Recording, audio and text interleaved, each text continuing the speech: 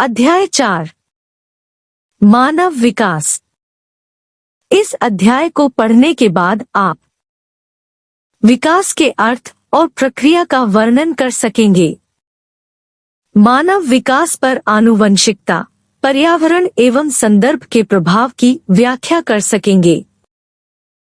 मानव विकास की अवस्थाओं की पहचान कर सकेंगे तथा शैशवावस्था, बाल्यावस्था, किशोरावस्था, प्रौढ़ावस्था तथा वृद्धावस्था की प्रमुख विशेषताओं का वर्णन कर सकेंगे तथा अपने विकास क्रम तथा उससे संबंधित अनुभवों पर मनन कर सकेंगे। विषय वस्तु। परिचय। विकास का अर्थ। विकास का जीवन पर्यंत परिप्रेक्ष्य। समृद्धि, विकास, परिपक्वता तथा क्रम विकास। बॉक्स 4.1। विकास को प्रभावित करने वाले कारक। विकास का संदर्भ। विकासात्मक अवस्थाओं की समग्र दृष्टि। प्रसवपूर्व अवस्था, शैशवावस्था, बाल्यावस्था। लिंग एवं स्त्री पुरुष भूमिकाएं। बॉक्स 4.2। किशोरावस्था की चुनौतियां। प्रौढ़ावस्था एवं वृद्धावस्था। प्रमुख पद। सारांश। परिचय। यदि आप अपने चारों ओर देखें तो आप यह पाएंगे कि एक व्यक्ति के जीवन में जन्म के बाद से ही विभिन्न प्रकार के परिवर्तन होते रहते हैं, जो वृद्धावस्था तक भी जारी रहते हैं। एक निश्चित समय अवधि में मनुष्य बढ़ता और विकसित होता है। संप्रेषण अथवा बातचीत करना, चलना, गिनती गिनना, पढ़ना तथा लिखना सीखता है। सही तथा गलत के मध्य भेद करना भी वह सीखता है। वह मित्र बनाता है, यौवनारंभ की अवस्था से गुजरता है, विवाह कर लेता है, बच्चों का पालन पोषण करता है और वृद्ध हो जाता है। यद्यपि हम एक दूसरे से भिन्न हैं, तथापि हम लोगों में एक जैसी अनेक विशेषताएं पाई जाती हैं।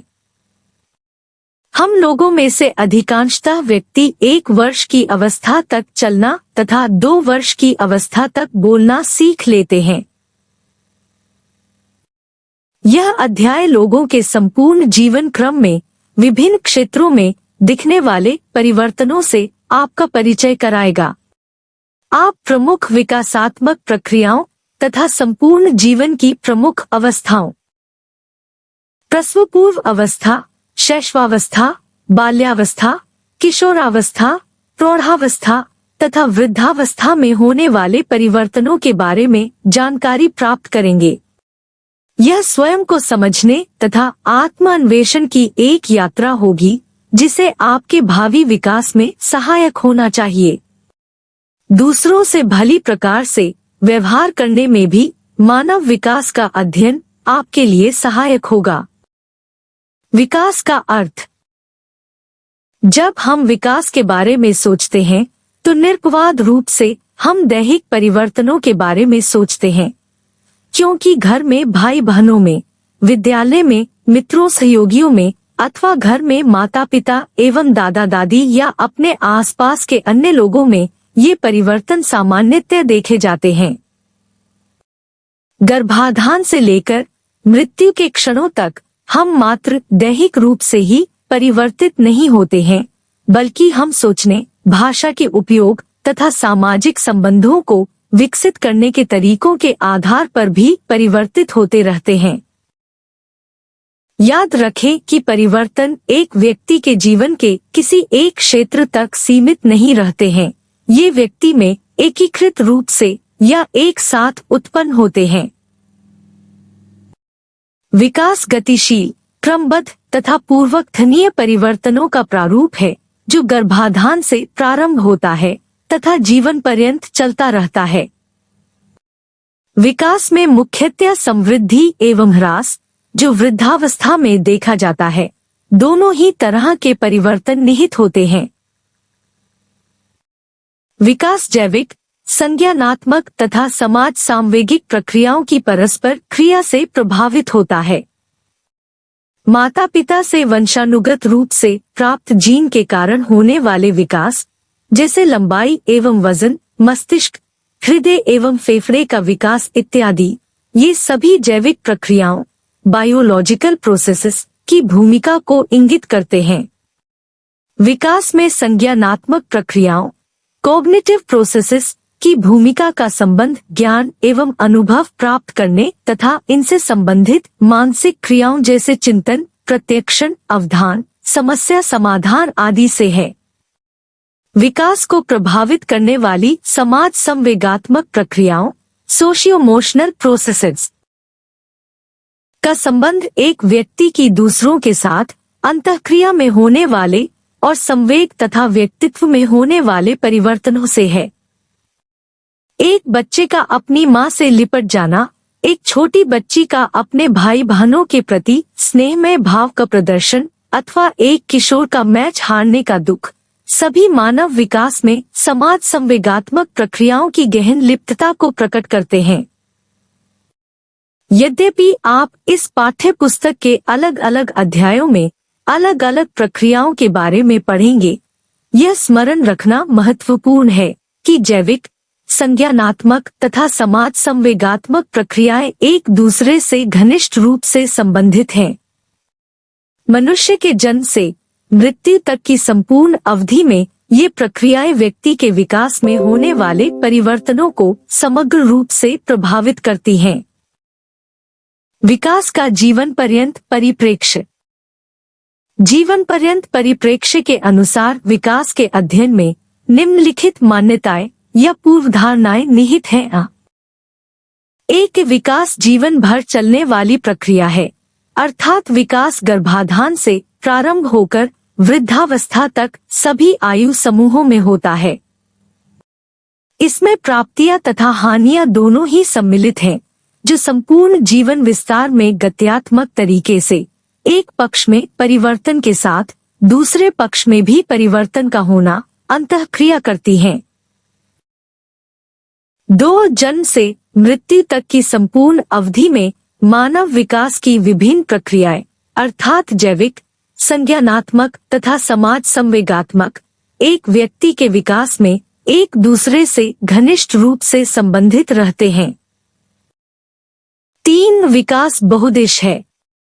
विकास के एक दिए हुए आयाम के कुछ आयामों या घटकों में वृद्धि हो सकती है, जबकि दूसरे ह्रास का प्रदर्शन कर सकते हैं।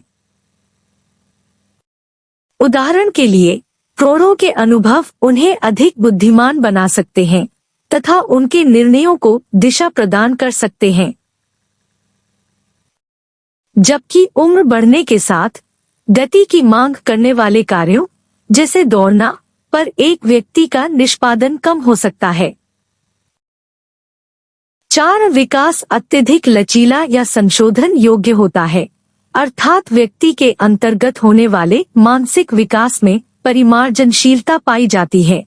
यद्यपि इस लचीलेपन में एक व्यक्ति से दूसरे व्यक्ति में भिन्नता पाई जाती है। इसका अर्थ यह है कि संपूर्ण जीवन क्रम में कौशलों तथा योग्यताओं में सुधार या विकास किया जा सकता है। 5, विकास ऐतिहासिक दशाओं से प्रभावित होता है। उदाहरणार्थ, भारत के स्वतंत्रता संग्राम के दौरान रहे 20 वर्षीय व्यक्ति का अनुभव आज के 20 वर्षीय व्यक्ति से बहुत भिन्न होगा। आज के विद्यालय स्तर के विद्यार्थियों का कैरियर या जीविका के प्रति रुझान उन विद्यार्थियों से बहुत भिन्न है जो आज से 50 वर्ष पहले विद्यालय स्तर के थे। 6, विकास अनेक शैक्षणिक विद्याओं के लिए एक महत्वपूर्ण सरोकार है। विभिन्न विषयों जैसे मनोविज्ञान, मानवशास्त्र, समाजशास्त्र तथा तंत्रिका विज्ञान में मानव विकास का अध्ययन किया जाता है। प्रत्येक विषय संपूर्ण जीवन क्रम में होने वाले विकास को समझने का प्रयास कर रहा है। 7, एक व्यक्ति परिस्थिति अथवा संदर्भ के आधार पर अनुक्रिया करता है। इस संदर्भ के अंतर्गत वंशानुगत रूप से प्राप्त विशेषताएं, भौतिक पर्यावरण, सामाजिक, ऐतिहासिक तथा सांस्कृतिक संदर्भ आदि सम्मिलित हैं। उदाहरण के लिए, प्रत्येक व्यक्ति के जीवन में घटित घटनाएं एक जैसी नहीं होती हैं। जैसे माता पिता की मृत्यु, दुर्घटना, भूकंप आदि एक व्यक्ति के जीवन क्रम को जिस प्रकार प्रभावित करती हैं, वैसे ही पुरस्कार जीतना या एक अच्छी नौकरी पा लेना जैसी सकारात्मक घटनाएं भी विकास को प्रभावित करती हैं। संदर्भों के बदलने के साथ साथ लोग बदलते रहते हैं। बॉक्स 4.1 समृद्धि, विकास, परिपक्वता तथा क्रम विकास। समृद्धि, ग्रोथ, शारीरिक अंगों अथवा संपूर्ण जीव की बढ़ोतरी को कहते हैं। इसका मापन अथवा मात्राकरण किया जा सकता है। उदाहरण के लिए ऊंचाई, वजन आदि में वृद्धि। विकास, डेवलपमेंट, एक प्रक्रिया है जिसके माध्यम से व्यक्ति अपने संपूर्ण जीवन चक्र में बढ़ता रहता है एवं परिवर्तित होता रहता है। विकास शब्द उन परिवर्तनों के लिए प्रयुक्त किया जाता है जिनके होने की एक दिशा होती है तथा जिनका इनके पूर्ववर्ती कारकों से एक निश्चित संबंध होता है, जो बाद में यह निर्धारित करेंगे कि इसके बाद, इन परिवर्तनों के बाद क्या आएगा या घटित होगा, किस तरह के परिवर्तन होंगे। अल्पकालिक बीमारी के कारण होने वाले अस्थायी परिवर्तन उदाहरणार्थ विकास के अंतर्गत नहीं आते हैं। विकास के फलस्वरूप होने वाले सभी परिवर्तन एक जैसे नहीं होते। अतः आकार में परिवर्तन, शारीरिक समृद्धि, अनुपात में परिवर्तन, बच्चे से प्रौढ़, अभिलक्षणों अथवा आकृति में परिवर्तन, दूध के दांतों का निकल जाना तथा नई आकृतियों या अभिलक्षणों को पाना, ये सभी परिवर्तन अपनी गति तथा व्यापकता के स्तर में भिन्न होते हैं। समृद्धि विकास का एक पक्ष है। परिपक्वता, मैचुरेशन, उन परिवर्तनों को इंगित करता है जो एक निर्धारित क्रम का अनुसरण करते हैं तथा प्रधानता उस आनुवंशिक रूपरेखा ब्लूप्रिंट से सुनिश्चित होते हैं जो हमारी समृद्धि एवं विकास में समानता उत्पन्न करते हैं। उदाहरण के लिए अधिकांश बच्चे 7 माह की आयु तक बिना सहारे के बैठ सकते हैं, 8वें महीने तक सहारे के साथ खड़े हो सकते हैं तथा 1 वर्ष की उम्र तक चलने लगते हैं। एक बार जब बच्चे की आधारभूत शारीरिक संरचना पर्याप्त रूप से विकसित हो जाती है, तो इन व्यवहारों में कुशलता प्राप्त करने के लिए उपयुक्त परिवेश एवं थोड़े से अभ्यास की आवश्यकता होती है। परंतु यदि बच्चे परिपक्वता की दृष्टि से तैयार नहीं हैं, तो इन व्यवहारों को त्वरित करने के लिए किए गए विशेष प्रयास का कोई लाभ नहीं मिलता है। ये प्रक्रियाएं अंदर से प्रस्फुटित होती हैं। ये आंतरिक एवं आनुवंशिक रूप से निर्धारित समय सारणी, जो प्रजाति विशेष की चरित्रगत विशेषता होती है, के अनुसार घटित होती हैं। क्रम विकास इवोल्यूशन प्रजाति विशिष्ट परिवर्तनों को कहते हैं। प्राकृतिक चयन एक विकासवादी प्रक्रिया है जो उन व्यक्तियों या प्रजातियों को लाभ पहुंचाती है जो अपनी जीवन रक्षा तथा वंश परंपरा को आगे बढ़ाने अर्थात प्रजनन करने के लिए सर्वश्रेष्ठ रूप से अनुकूलित होती हैं।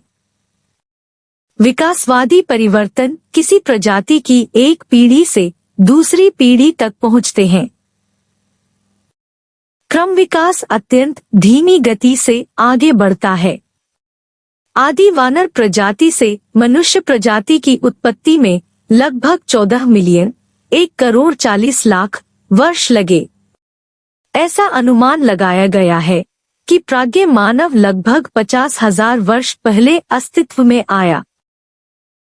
विकास को प्रभावित करने वाले कारक। क्या आपने अपनी कक्षा में देखा है कि आप में से कुछ लोगों की त्वचा का रंग सांवला है तथा कुछ लोगों की त्वचा का रंग साफ या गोरा है। आपके बाल और आँखों के रंग भिन्न हैं। आप में से कुछ लंबे हैं तो कुछ शांत या उदास हैं, जबकि दूसरे बातूनी या प्रसन्नचित्त। शारीरिक लक्षणों के अतिरिक्त बुद्धि, अधिगम योग्यताओं, स्मृति तथा अन्य मानसिक लक्षणों के आधार पर भी लोगों में भिन्नता पाई जाती है। इन भिन्नताओं के बावजूद किसी भी व्यक्ति को किसी दूसरी प्रजाति के प्राणी के रूप में पहचानने की गलती नहीं की जा सकती है। हम सभी प्राज्ञ मानव हैं। वह क्या कारण है जो हमें एक दूसरे से भिन्न बनाता है, परंतु साथ ही साथ एक दूसरे से बहुत हद तक समान भी? इसका उत्तर आनुवंशिकता एवं परिवेश की अंतःक्रिया में छिपा है। आप अध्याय 3 में पहले ही पढ़ चुके हैं कि आनुवंशिकता का सिद्धांत प्रत्येक प्रजाति की विशेषताओं को एक पीढ़ी से दूसरी पीढ़ी तक पहुंचाने या हस्तांतरण करने की प्रक्रिया को स्पष्ट करता है। हम आनुवंशिक कूट संकेत, जो हमारे शरीर के प्रत्येक कोश में विद्यमान रहते हैं, अपने माता पिता से वंशानुगत रूप से पाते हैं। हमारे आनुवंशिक कूट संकेत एक तरह से एक जैसे हैं, उनमें मनुष्य के आनुवंशिक कूट संकेत होते हैं। यह मनुष्य के आनुवंशिक कूट संकेत के कारण ही है कि मनुष्य का एक निषेचित अंडा मानव शिशु के रूप में विकसित होता है और वह एक हाथी, एक पक्षी अथवा एक चूहे के रूप में विकसित नहीं हो सकता है। आनुवंशिक हस्तांतरण अत्यधिक जटिल प्रक्रिया है। अधिकांश विशेषताएं जिन्हें हम मनुष्यों में देखते हैं, वे बहुत बड़ी संख्या में जीनों के जुड़ने के क्रम के कारण हैं। आप 80,000 या उससे भी अधिक जीनों के जुड़ने के अलग अलग तरह के क्रमों की कल्पना कर सकते हैं, जो विविध प्रकार की विशेषताओं तथा व्यवहारों को निर्धारित करते हैं। हमारी आनुवंशिक संरचना द्वारा उपलब्ध कराई गई सभी विशेषताओं को प्राप्त कर लेना भी संभव नहीं है। वास्तविक आनुवंशिक तत्व या व्यक्ति की आनुवंशिक विरासत या वंश परंपरा को जीन प्ररूप जेनोटाइप कहते हैं, परंतु हमारी प्रेक्षणीय विशेषताओं में यह आनुवंशिक तत्व पूरी तरह से प्रदर्शित या स्पष्ट रूप से पहचानने योग्य नहीं होता है। प्रेक्षणीय एवं मापन योग्य विशेषताओं के रूप में जिस प्रकार व्यक्ति का जीन प्ररूप अभिव्यक्त होता है, उसे दृश्य प्ररूप फिनोटाइप कहते हैं। शारीरिक लक्षण जैसे ऊंचाई, वजन, आंख तथा त्वचा का रंग एवं अनेक मानसिक विशेषताएं जैसे बुद्धि, सर्जनात्मकता और व्यक्तित्व दृश्य प्ररूप के अंतर्गत आते हैं। व्यक्ति में ये देखी जा सकने वाली विशेषताएं व्यक्ति के वंशागत शील गुण तथा उनके परिवेश की अंतःक्रिया के परिणाम हैं। आप जानते हैं कि ये वह आनुवंशिक कूट संकेत हैं जो एक बच्चे को एक विशेष तरीके से विकसित होने के लिए पूर्व प्रवृत्त करते हैं। व्यक्ति के विकास के लिए जीन एक विशिष्ट रूपरेखा, ब्लूप्रिंट तथा समय सारणी प्रदान करते हैं, परंतु जीन का अलग से या पृथक अस्तित्व नहीं होता है और विकास व्यक्ति के परिवेश के संदर्भ में ही होता है। यही वह कारण है जो हम में से हर एक को अपने तरह का एक अलग व्यक्ति बनाता है। परिवेशीय प्रभाव क्या है? परिवेश विकास को किस प्रकार से प्रभावित करता है? एक अंतर्मुखता की ओर प्रवृत्त करने वाले जीन प्ररूप से युक्त बच्चे की कल्पना कीजिए जो ऐसे परिवेश में है जो सामाजिक अंतःक्रिया तथा बहिर्मुखता को बढ़ावा देता है। ऐसे परिवेश का प्रभाव बच्चे को थोड़ा बहिर्मुखी बना सकता है। आइए एक दूसरा उदाहरण लें। एक छोटे कद के जीन से युक्त व्यक्ति यदि वह अच्छे पोषण वाले परिवेश में है, तब भी सामान्य से अधिक लंबा होने में कभी भी सक्षम नहीं होगा। इससे यह प्रदर्शित होता है कि जीन सीमाओं को निर्धारित कर देते हैं और इस सीमा के अंतर्गत परिवेश विकास को प्रभावित करता है। अब तक आप यह जान चुके हैं कि बच्चे के विकास के लिए माता पिता जीन प्रदान करते हैं। क्या आप जानते हैं कि यह निर्धारित करने में भी उनकी महत्वपूर्ण भूमिका होती है कि उनके बच्चे किस तरह के परिवेश को पाएंगे। सैंड्रा स्कार का मानना है कि अपने बच्चे को माता पिता जो परिवेश प्रदान करते हैं वह कुछ हद तक उनकी स्वयं की आनुवंशिक पूर्व प्रवृत्ति पर निर्भर करता है। उदाहरण के लिए, यदि माता पिता बुद्धिमान हैं तथा अच्छे पाठक हैं तो वे अपने बच्चों को पढ़ने के लिए पुस्तकें देंगे, जिसका संभावित परिणाम यह होगा कि उनके बच्चे अच्छे पाठक बन जाएंगे और वे पढ़ने में आनंद का अनुभव करेंगे। सहयोगी एवं ध्यान देने की प्रवृत्ति जैसे अपने जीन प्ररूप जो उसे वंशागत रूप से प्राप्त है के परिणाम स्वरूप एक बच्चा उन बच्चों की तुलना में जो सहयोगी एवं ध्यान देने वाले नहीं हैं, अध्यापकों तथा माता पिता से अधिक सुखद अनुक्रियाएं प्राप्त करेगा। इसके अतिरिक्त बच्चे अपने जीन प्ररूप के आधार पर स्वयं कुछ परिवेश का चयन करते हैं। उदाहरण के लिए, अपने जीन प्ररूप के कारण वे संगीत या खेलकूद में अच्छा निष्पादन कर सकते हैं और वे वैसे परिवेश को ढूंढेंगे तथा उसमें अधिक समय व्यतीत करेंगे जो उन्हें संगीतपरक कौशलों के निष्पादन या अभ्यास का अवसर प्रदान करेगा। इसी प्रकार एक खिलाड़ी खेलकूद से संबंधित परिवेश की खोज करेगा। परिवेश से ऐसी अंतःक्रियाएं शैशवावस्था से लेकर किशोरावस्था तक परिवर्तित होती रहती हैं। परिवेशी प्रभाव भी उतने ही जटिल हैं जितने की वंश परंपरा से प्राप्त जीन। यदि आपकी कक्षा का मॉनिटर पढ़ने लिखने में तेज होने तथा लोकप्रिय विद्यार्थी होने के आधार पर चुना जाता है, तो क्या आप यह मानते हैं कि यह उसके जीन अथवा परिवेश के प्रभाव के कारण है?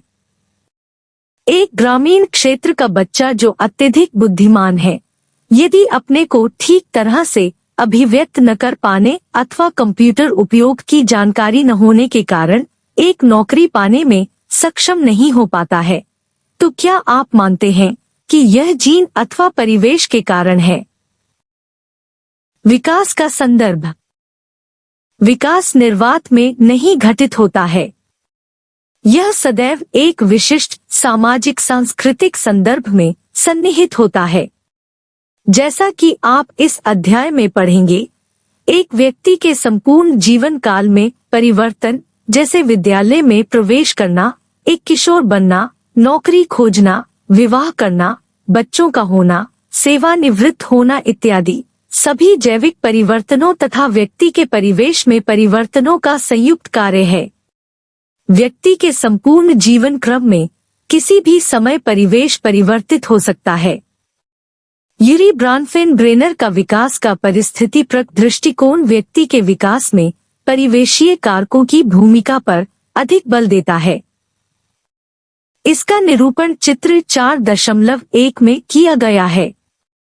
लघु मंडल माइक्रोसिस्टम वह निकटतम परिवेश है जिसमें व्यक्ति रहता है।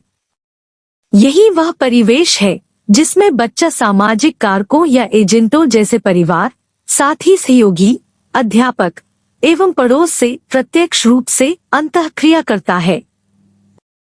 इन परिवेशों के मध्य संबंध मध्य मंडल मेसोसिस्टम के अंतर्गत आते हैं।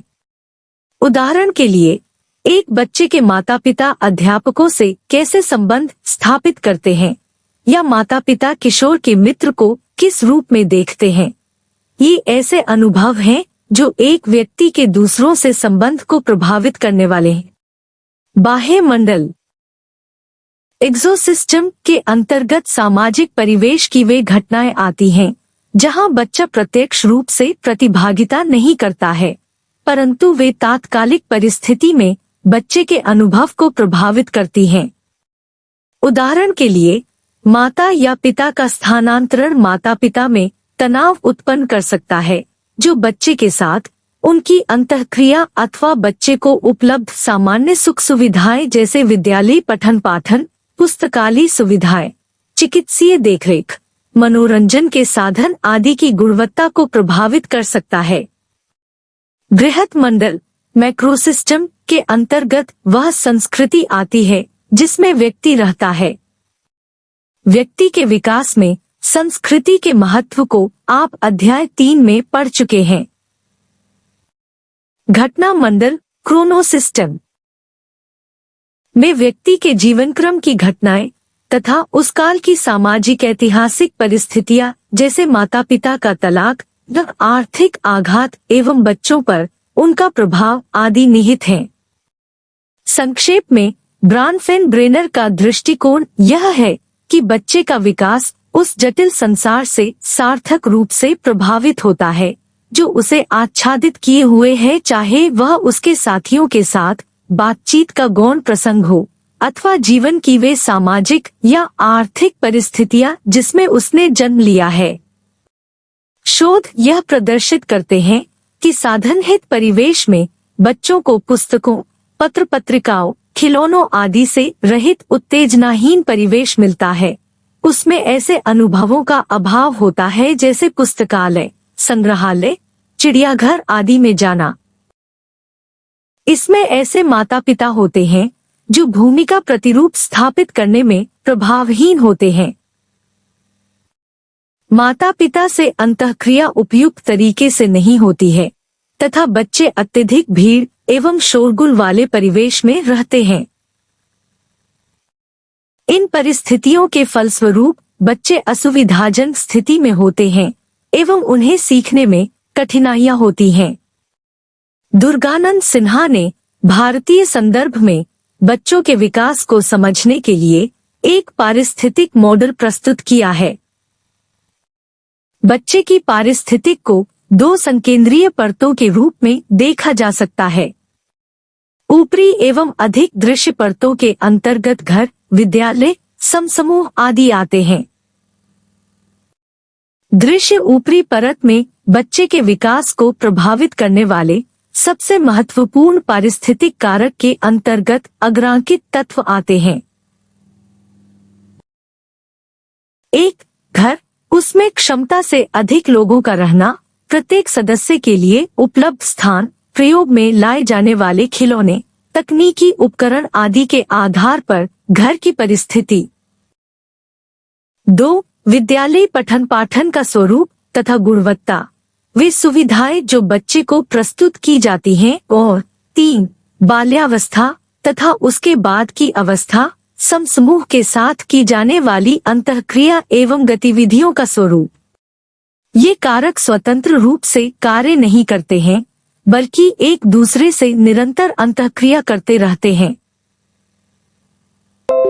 चूंकि ये कारक एक विस्तृत एवं अधिक व्यापक परिवेश में सन्निहित रहते हैं, इसलिए बच्चे के पारिस्थितिकी के आसपास की परतें ऊपरी परत कारकों को निरंतर प्रभावित करती रहती हैं, परंतु इनके प्रभाव सदैव स्पष्ट रूप से दृष्टिगत नहीं होते हैं। पारिस्थितिकी के आसपास की परत के अंतर्गत अग्रांकित तत्व आते हैं। 1. सामान्य भौगोलिक परिवेश, इसके अंतर्गत मोहल्ले की सामान्य भीड़भाड़ एवं जनसंख्या घनत्व सहित घर से बाहर खेलने तथा अन्य गतिविधियों के लिए स्थान एवं सुविधाएं आदि आते हैं। 2. जाति, वर्ग एवं अन्य कारकों द्वारा मुहैया कराया गया संस्थागत परिवेश तथा 3. बच्चे के लिए उपलब्ध सामान्य सुख सुविधाएं जैसे पीने का पानी, बिजली, मनोरंजन के साधन इत्यादि। दृश्य एवं आसपास की परत से संबद्ध कारक एक दूसरे से अंतःक्रिया करते हैं और विकास में इनकी भिन्न भिन्न लोगों के लिए भिन्न भिन्न परिणतियां हो सकती हैं। व्यक्ति के संपूर्ण जीवन क्रम में कभी भी पारिस्थितिक पर्यावरण परिवर्तित हो सकता या बदल सकता है। इसलिए एक व्यक्ति की कार्यप्रणाली में अंतर को समझने के लिए व्यक्ति को उसके अनुभवों के संदर्भ में देखना महत्वपूर्ण है। क्रियाकलाप 4.1 यदि आप सभी सुख सुविधाओं शहर में रहने के कारण आप जिनके आदी हैं से वंचित एक ग्रामीण क्षेत्र या एक छोटे शहर में रहते हैं तो आपका जीवन कैसा होगा? आप इसके विपरीत परिस्थिति के बारे में भी सोच सकते हैं। अर्थात यदि आप सभी सुख सुविधाओं जिनके आप गांव में रहने के कारण आदि हैं, से वंचित एक शहरी क्षेत्र में रहते हैं, तो आपका जीवन कैसा होगा? गरीबी, निरक्षरता, प्रदूषण, जनसंख्या आदि का ध्यान रखते हुए आप छोटे समूह में इसकी परिचर्चा करें। विकासात्मक अवस्थाओं की समग्र दृष्टि। विकास का वर्णन सामान्यतया अवधि या अवस्थाओं के रूप में किया जाता है। आपने यह देखा होगा कि आपके छोटे भाई बहन या माता पिता और स्वयं आप भी अलग अलग तरह से व्यवहार करते हैं। यदि आप अपने पास पड़ोस में रहने वाले लोगों को देखें, तो आप पाएंगे कि वे भी एक जैसा व्यवहार नहीं करते हैं। यह अंतर आंशिक रूप से इस कारण है क्योंकि प्रत्येक व्यक्ति जीवन की भिन्न भिन्न अवस्थाओं में होता है। मानव जीवन विभिन्न अवस्थाओं स्टेजेस से होते हुए आगे बढ़ता है। उदाहरण के लिए, आप वर्तमान में किशोरावस्था में हैं एवं कुछ वर्ष बाद आप प्रौढ़ावस्था में प्रवेश करेंगे। विकासात्मक अवस्थाएं अस्थायी मानी जाती हैं एवं प्रायः एक प्रभावी लक्षण या प्रमुख विशेषता के द्वारा पहचानी जाती हैं, जो प्रत्येक अवधि को उसकी अद्वितीय विशिष्टता प्रदान करती हैं। एक विशिष्ट अवस्था में व्यक्ति एक निर्धारित लक्ष्य की ओर अग्रसर होता है, एक स्थिति या योग्यता जिसे विकास के अनुक्रम में अगली अवस्था तक बढ़ने से पहले ठीक उसी क्रम में प्राप्त कर लेना चाहिए जिस प्रकार से अन्य व्यक्तियों ने प्राप्त किया है। निःसंदेह विकास की एक अवस्था से दूसरी अवस्था के मध्य विकास के समय तथा दर के सापेक्ष व्यक्ति निश्चित रूप से भिन्न होते हैं। यह देखा जा सकता है कि कुछ व्यवहार प्रारूप तथा कुछ कौशल एक विशिष्ट अवस्था में अधिक आसानी से एवं सफलतापूर्वक सीखे जाते हैं। व्यक्ति की ये उपलब्धियां विकास की उस अवस्था के लिए एक सामाजिक अपेक्षा बन जाती हैं। इन्हें विकासात्मक कार्य डेवलपमेंटल टास्क्स कहते हैं। अब आप विकास की विभिन्न अवस्थाओं तथा उसकी प्रमुख विशेषताओं के बारे में पढ़ेंगे। प्रसवपूर्व अवस्था।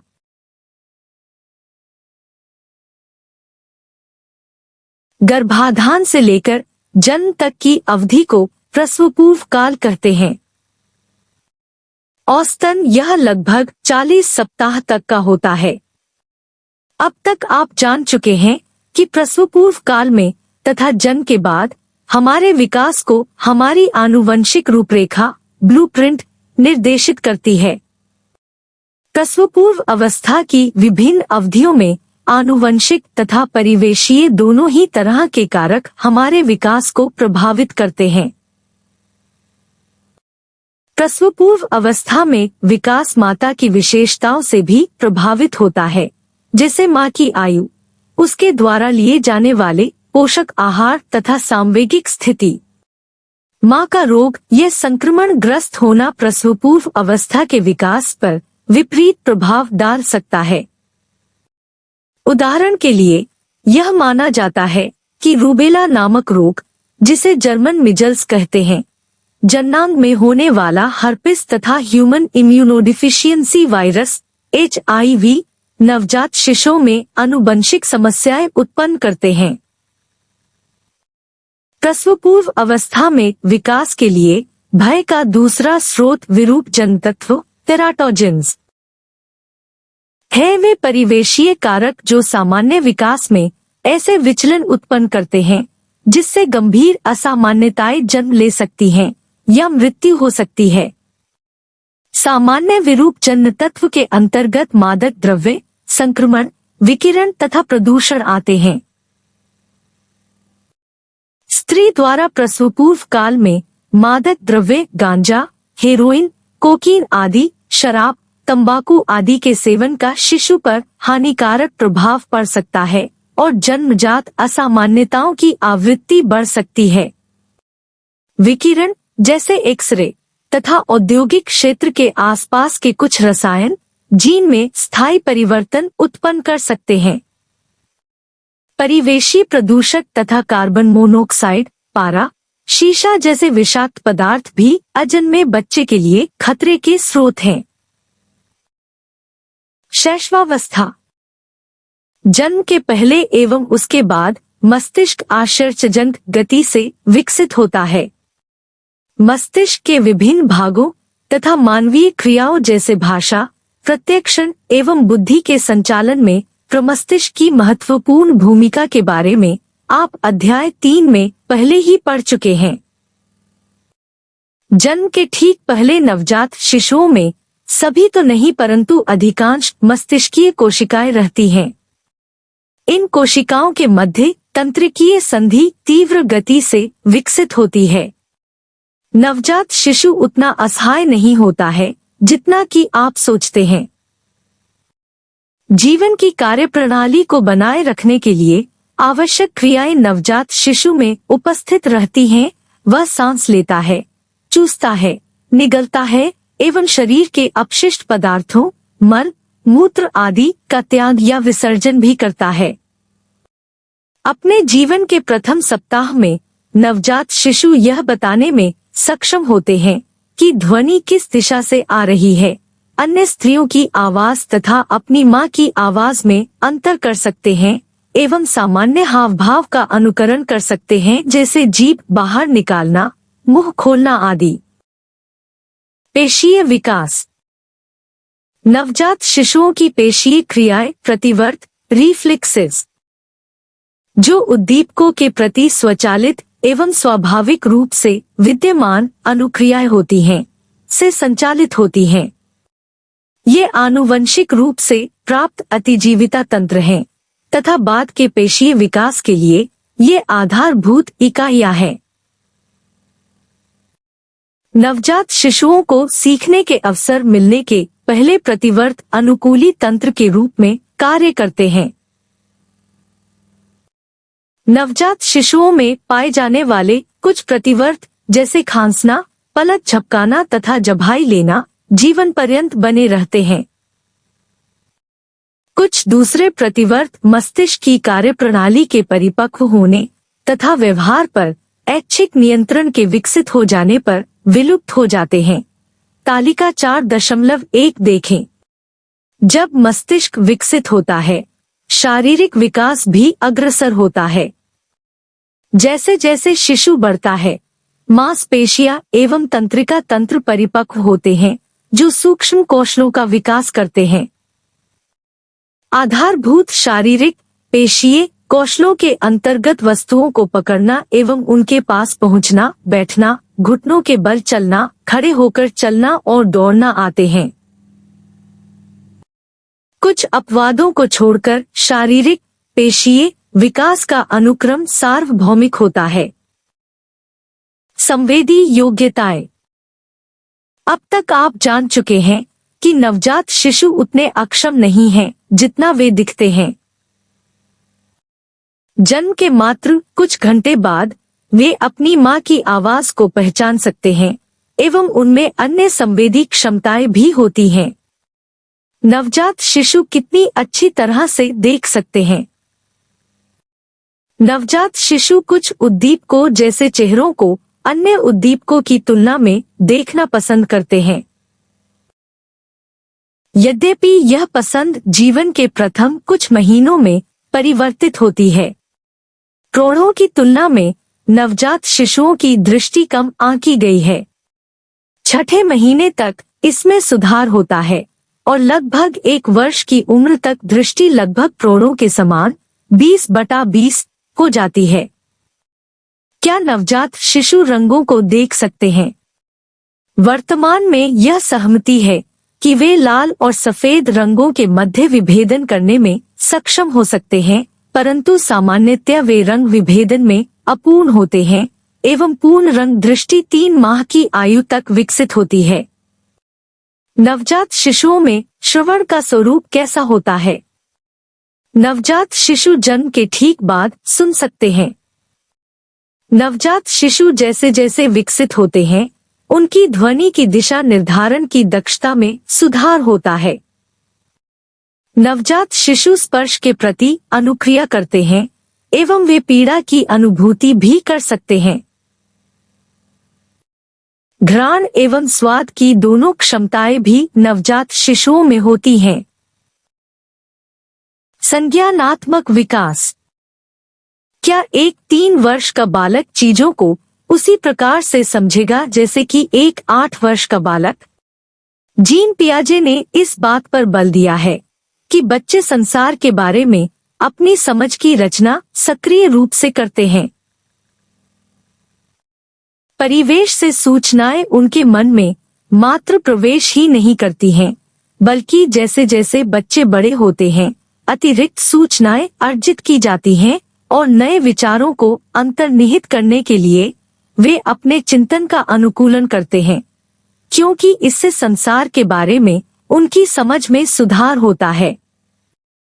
पियाजे का मानना था कि शैशवावस्था से लेकर किशोरावस्था तक बच्चों का मन विचारों की अवस्थाओं की एक श्रृंखला से गुजरता है। तालिका 4 अर्थात उनमें वस्तु स्थायित्व। ऑब्जेक्ट परमानेंस, यह चेतना या जानकारी की जब वस्तु का प्रत्यक्षण नहीं होता है तब भी उसका अस्तित्व बना रहता है का अभाव होता है। 8 माह की आयु तक धीरे धीरे बच्चा अपनी उपस्थिति में आंशिक रूप से छिपाई गई वस्तुओं का पीछा करना प्रारंभ कर देता है। शिशुओं में वाचिक संप्रेषण का आधार उपस्थित रहता है। शिशुओं में 3 से 6 माह की आयु के बीच बबलाने से स्वरीकरण का प्रारंभ होता है। प्रारंभिक भाषा विकास के बारे में आप अध्याय 8 में पढ़ेंगे। सामाजिक संवेगात्मक विकास। शिशु जन्म से ही सामाजिक प्राणी होता है। एक शिशु परिचित चेहरों को वरीयता देना प्रारंभ कर देता है और कूकने एवं किलकारी भरने के द्वारा माता पिता की उपस्थिति के प्रति अनुक्रिया करता है। 6 से 8 माह की आयु तक वे अधिक गतिशील हो जाते हैं एवं अपनी माता के साथ रहना पसंद करने लगते हैं।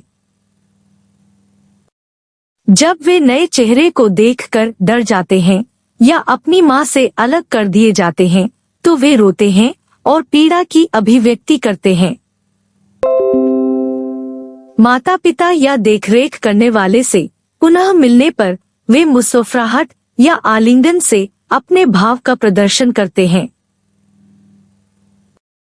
शिशु एवं उनके माता पिता पालनकर्ता के बीच स्नेह का जो सामवेगिक बंधन विकसित होता है उसे आसक्ति अटैचमेंट कहते हैं। हार्लो ने एक प्राचीन अध्ययन में बंदरों के बच्चों को जन्म के 8 घंटे बाद ही उनकी मां से अलग कर दिया। शिशु बंदरों को प्रायोगिक कक्ष में रखा गया एवं उनका पालन पोषण 6 माह तक कृत्रिम स्थानापन्न माताओं एक तार से बनी हुई तथा दूसरी कपड़े से के द्वारा किया गया। आधे शिशु बंदरों को तार से बनी माता ने आहार प्रदान किया एवं आधे को कपड़े से बनी मां ने। बिना इस बात का ध्यान दिए कि बंदर शिशुओं को तार की बनी मां ने आहार प्रदान किया अथवा कपड़े की बनी मां ने, उन्होंने कपड़े की मां को वरीयता दी और उसके साथ अधिक समय व्यतीत किया। यह अध्ययन स्पष्ट रूप से प्रदर्शित करता है कि पौष्टिकता अथवा आहार प्रदान करना आसक्ति या लगाव के लिए महत्वपूर्ण नहीं था, बल्कि संपर्क सुख महत्वपूर्ण होता है। आपने भी देखा होगा कि छोटे बच्चे अपने पसंदीदा खिलौने अथवा कंबल के प्रति अधिक लगाव प्रदर्शित करते हैं। इसमें कुछ अप्रत्याशित नहीं है, क्योंकि बच्चे जानते हैं कि कंबल अथवा खिलौने उनकी मां नहीं है, फिर भी यह उन्हें सुख प्रदान करते हैं। बच्चे जब बड़े हो जाते हैं और स्वयं के बारे में अधिक आश्वस्त हो जाते हैं, वे इन वस्तुओं का परित्याग कर देते हैं। मानव शिशु अपने माता पिता अथवा देखरेख करने वाले के प्रति भी आसक्ति विकसित करते हैं, जो लगातार और उपयुक्त ढंग से उनके प्यार और दुलार के संकेतों का उपयुक्त प्रत्युत्तर देते हैं। एरिक एरिक्सन 1968 के अनुसार जीवन का प्रथम वर्ष आसक्ति के विकास के लिए महत्वपूर्ण समय होता है। यह विश्वास अथवा अविश्वास के विकास की अवस्था को निरूपित करता है। विश्वास का बोध भौतिक सुख की अनुभूति पर निर्मित होता है, जो संसार के प्रति एक प्रत्याशा विकसित करता है कि यह सुरक्षित और अच्छा स्थान है। बच्चों में विश्वास का बोध सहानुभूतिपूर्ण एवं संवेदनशील पैतृक प्रभाव द्वारा विकसित होता है।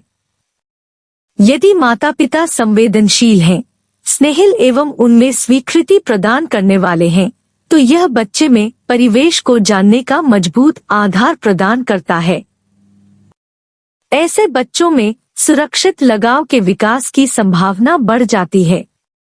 दूसरी तरफ यदि माता पिता असंवेदनशील हैं एवं असंतोष प्रदर्शित करते हैं तथा बच्चों में दोष देखते हैं, तो इससे बच्चों में आत्मसंदेह की भावना विकसित हो सकती है। सुरक्षित लगाव वाले बच्चे गोद में लेने पर सकारात्मक व्यवहार करते हैं, स्वतंत्रता पूर्वक घूमते हैं एवं खेलते हैं, जबकि असुरक्षित लगाव वाले बच्चे अलग होने पर दुश्चिंता की अनुभूति करते हैं तथा रोते चिल्लाते हैं, क्योंकि उनमें भय पाया जाता है और वे विचलित हो जाते हैं। बच्चे के स्वस्थ विकास के लिए संवेदनशील एवं स्नेहिल प्राणों के साथ घनिष्ठ अंतःक्रियात्मक संबंध प्रथम चरण होता है। बाल्यावस्था शैशवावस्था की तुलना में पूर्व बाल्यावस्था में बच्चे में समृद्धि मंद हो जाती है। बच्चा शारीरिक रूप से विकसित होता है, उसकी ऊंचाई एवं वजन में वृद्धि होती है, चलना दौड़ना कूदना सीखता है तथा गेंद के साथ खेलता है। सामाजिक रूप से बच्चे का संसार विस्तृत हो जाता है एवं इसमें माता पिता के अतिरिक्त परिवार तथा पास पड़ोस एवं विद्यालय के प्रौढ़ व्यक्ति भी सम्मिलित हो जाते हैं। बच्चा अच्छे एवं बुरे की अवधारणा भी सीखना प्रारंभ कर देता है, अर्थात नैतिकता का बोध भी विकसित हो जाता है। बाल्यावस्था के दौरान बालकों की शारीरिक क्षमता बढ़ जाती है, वे कार्यों को स्वतंत्र रूप से कर सकते हैं, लक्ष्यों का निर्धारण कर सकते हैं तथा वयस्कों की अपेक्षाओं को पूरा कर सकते हैं। संसार के बारे में अनुभव प्राप्त करने के अवसरों के साथ साथ मस्तिष्क की बढ़ती हुई परिपक्वता बच्चों के संज्ञानात्मक विकास में योगदान देती है। शारीरिक विकास प्रारंभिक विकास दो सिद्धांतों का अनुसरण करता है। एक, विकासशीलताभिमुख सफलोकोडल्ली अर्थात मस्तिष्क या सिर के क्षेत्र से पैर या निचले हिस्से तक अग्रसर होता है। बच्चे शरीर के निचले भाग से पहले शरीर के ऊपरी भाग पर नियंत्रण प्राप्त करते हैं। आपने देखा होगा कि इसके कारण ही पूर्व शैशवावस्था में शिशुओं का सिर उनके शरीर के अनुपात में बड़ा होता है, अथवा यदि आप एक बच्चे को घुटने के बल चलते हुए देखें तो पाएंगे कि पहले वह भुजाओं का उपयोग करेगा और बाद में पैर का उपयोग। दो, समृद्धि शरीर के मध्य से प्रारंभ होती है और बाद में दूर के अंगों की ओर बढ़ती है, समीप दूराभिमुख प्रोक्सिमोडिस्टल प्रवृत्ति अर्थात बच्चे शरीर के दूरस्थ अंगों से पहले धड़ पर नियंत्रण प्राप्त करते हैं। प्रारंभ में शिशु वस्तुओं तक पहुंचने के लिए पूरे शरीर को घुमाते हैं, धीरे धीरे वे चीजों तक पहुंचने के लिए अपनी भुजाओं को आगे बढ़ाते हैं। ये परिवर्तन परिपक्व हो रहे तंत्रिका तंत्र के फलस्वरूप होते हैं और न कि किसी कमी के कारण, क्योंकि दोषपूर्ण दृष्टि वाले बच्चे भी ठीक इसी अनुक्रम का प्रदर्शन करते हैं। बच्चे जैसे जैसे बड़े होते हैं वे पतले दिखते हैं, क्योंकि उनके धड़ की लंबाई बढ़ती है और शरीर में वसा की मात्रा घटती है। शरीर के अन्य किसी अंग की तुलना में मस्तिष्क और सिर अधिक तेजी से विकसित होता है। मस्तिष्क की समृद्धि और उसका विकास महत्वपूर्ण है, क्योंकि ये बच्चों में नेत्रहस्त समन्वय, पेंसिल को पकड़ना एवं लिखने का प्रयास करना जैसी योग्यताओं के परिपक्व होने में सहायता प्रदान करता है। मध्य एवं विलंबित बाल्यावस्था में बच्चों के बल एवं आकार में सार्थक रूप से वृद्धि होती है। वजन में वृद्धि मुख्य रूप से कंकालीय एवं पेशीय तंत्र के साथ साथ शरीर के कुछ अंगों का आकार बढ़ने के कारण होती है। पेशीय विकास। बाल्यावस्था के प्रारंभ के वर्षों में स्थूल पेशीय कौशलों के अंतर्गत भुजाओं एवं पैरों का उपयोग करना तथा अधिक विश्वास तथा उद्देश्यपूर्ण ढंग से परिवेश में घूमना फिरना सम्मिलित है। सूक्ष्म पेशीय कौशलों उंगली निपुणता तथा नेत्रहस्त समन्वय में पूर्व बाल्यावस्था में अत्यधिक सुधार होता है। इस अवधि में बच्चे के बाएं अथवा दाएं हाथ के लिए वरीयता का भी विकास होता है। पूर्व बाल्यावस्था में स्थूल एवं सूक्ष्म पेशीय कौशलों में प्रमुख उपलब्धियों को तालिका 4.3 में दिया गया है। संज्ञानात्मक विकास। बच्चे में वस्तु स्थायित्व के संप्रत्यय को सीखने की योग्यता उसे वस्तुओं को निरूपित करने के लिए मानसिक प्रतीकों का उपयोग करने में सक्षम बनाती है। परंतु इस अवस्था में बच्चों में उस योग्यता का अभाव होता है जो उन्हें शारीरिक रूप से किए गए कार्यों को मानसिक रूप से करने की सुविधा प्रदान करती है। पूर्व बाल्यावस्था में संज्ञानात्मक विकास पियाजे के पूर्व संक्रियात्मक विचार की अवस्था पर ध्यान केंद्रित करता है। जो वस्तु भौतिक रूप से उपस्थित नहीं है उसे मानसिक रूप से निरूपित करने की योग्यता बच्चा प्राप्त करता है। आपने देखा होगा कि व्यक्तियों, वृक्षों, कुत्ता, घर आदि को निरूपित करने के लिए बच्चे रूपरेखा चित्र बनाते हैं। प्रतीकात्मक विचार में संलग्न रहने की बच्चे की यह योग्यता उसके मानसिक संसार को विस्तृत करने में सहायक होती है। प्रतीकात्मक विचार में प्रगति होती रहती है। पूर्व संक्रियात्मक विचार की एक प्रमुख विशेषता अहंकेंद्रवाद है, अर्थात बच्चे दुनिया को केवल अपने दृष्टिकोण से देखते हैं और दूसरों के दृष्टिकोण के महत्व को समझने में सक्षम नहीं होते हैं। अहंकेंद्रवाद के कारण बच्चे जीववाद में लिप्त हो जाते हैं, चिंतन करने की सभी चीजें उन्हीं की तरह सजीव हैं। वे निर्जीव वस्तुओं में जीवन की कल्पना करते हैं। उदाहरण के लिए, यदि दौड़ते समय बच्चा फिसलकर सड़क पर गिर जाता है तो वह जीववादी चिंतन का प्रदर्शन यह कहकर करेगा कि सड़क ने मुझे चोट पहुंचाई। जैसे जैसे बच्चे बढ़ते हैं और लगभग 4 से 7 वर्ष की आयु के हो जाते हैं तो वे अपने सभी वैसे प्रश्नों का उत्तर पाना चाहते हैं, जैसे यह आकाश नीला क्यों है, वृक्ष कैसे बढ़ते हैं, इत्यादि। ऐसे प्रश्न बच्चों को यह जानने में सहायता करते हैं कि चीजें जिस रूप में हैं वैसे ही क्यों हैं। पियाजे ने इसे अंतःप्रज्ञात्मक विचार की अवस्था कहा। पूर्व संक्रियात्मक अवस्था के विचार की एक अन्य विशेषता बच्चों में केंद्रीकरण की प्रवृत्ति, अर्थात एक घटना को समझने के लिए किसी एक विशेषता या पक्ष पर ध्यान देना से परिभाषित होती है। उदाहरण के लिए, एक बच्चा बड़े गिलास में जूस पीने की जिद कर सकता है, एक छोटे चौड़े गिलास की तुलना में एक लंबे व पतले गिलास को वरीयता देता है, जबकि दोनों ही गिलास में समान मात्रा में जूस रहता है। जब बच्चा बड़ा होता है और लगभग 7 से 11 वर्ष की आयु का हो जाता है, तब मध्य एवं विलंबित बाल्यावस्था की अवधि अंतबोधप्रक विचार तार्किक विचार के द्वारा विस्थापित हो जाता है। यह मूर्त संक्रियात्मक विचार की अवस्था है जो संक्रियाओं से बनती है। वे मानसिक क्रियाएं जो बच्चे को पूर्व में शारीरिक रूप से किए गए कार्यों को मानसिक रूप से करने की सुविधा प्रदान करती हैं। मूर्त संक्रियाएं भी प्रतिक्रमणीय मानसिक क्रियाएं हैं।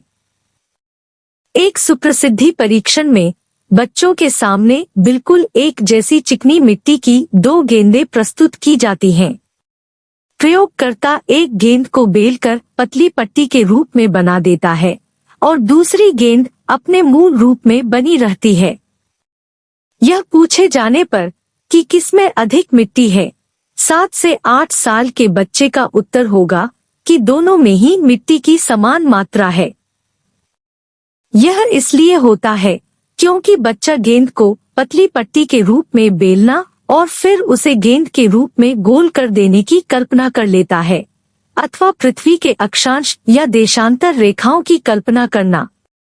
बच्चे की बढ़ती हुई संज्ञानात्मक योग्यताएं भाषा अर्जन को सुगम बना देती हैं। अध्याय 8 में आप पढ़ेंगे कि बच्चे कैसे शब्दावली एवं व्याकरण का विकास करते हैं, अथवा पृथ्वी के अक्षांश या देशांतर रेखाओं की कल्पना करना। बच्चे की बढ़ती हुई संज्ञानात्मक योग्यताएं भाषा अर्जन को सुगम बना देती हैं। अध्याय 8 में आप पढ़ेंगे कि बच्चे कैसे शब्दावली एवं व्याकरण का विकास करते हैं।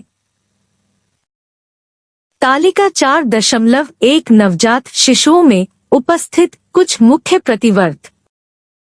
प्रतिवर्त: रूटी, विवर्ण, गाल को छूने पर सिर को घुमाना एवं मुख खोलना। विकासात्मक क्रम: 3 से 6 माह में विलुप्त हो जाते हैं।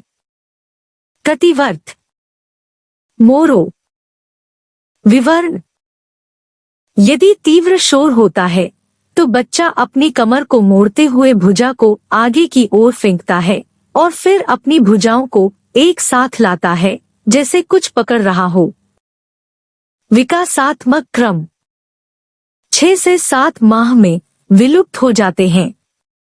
यद्यपि तीव्र शोर के प्रति अनुक्रिया स्थायी होती है।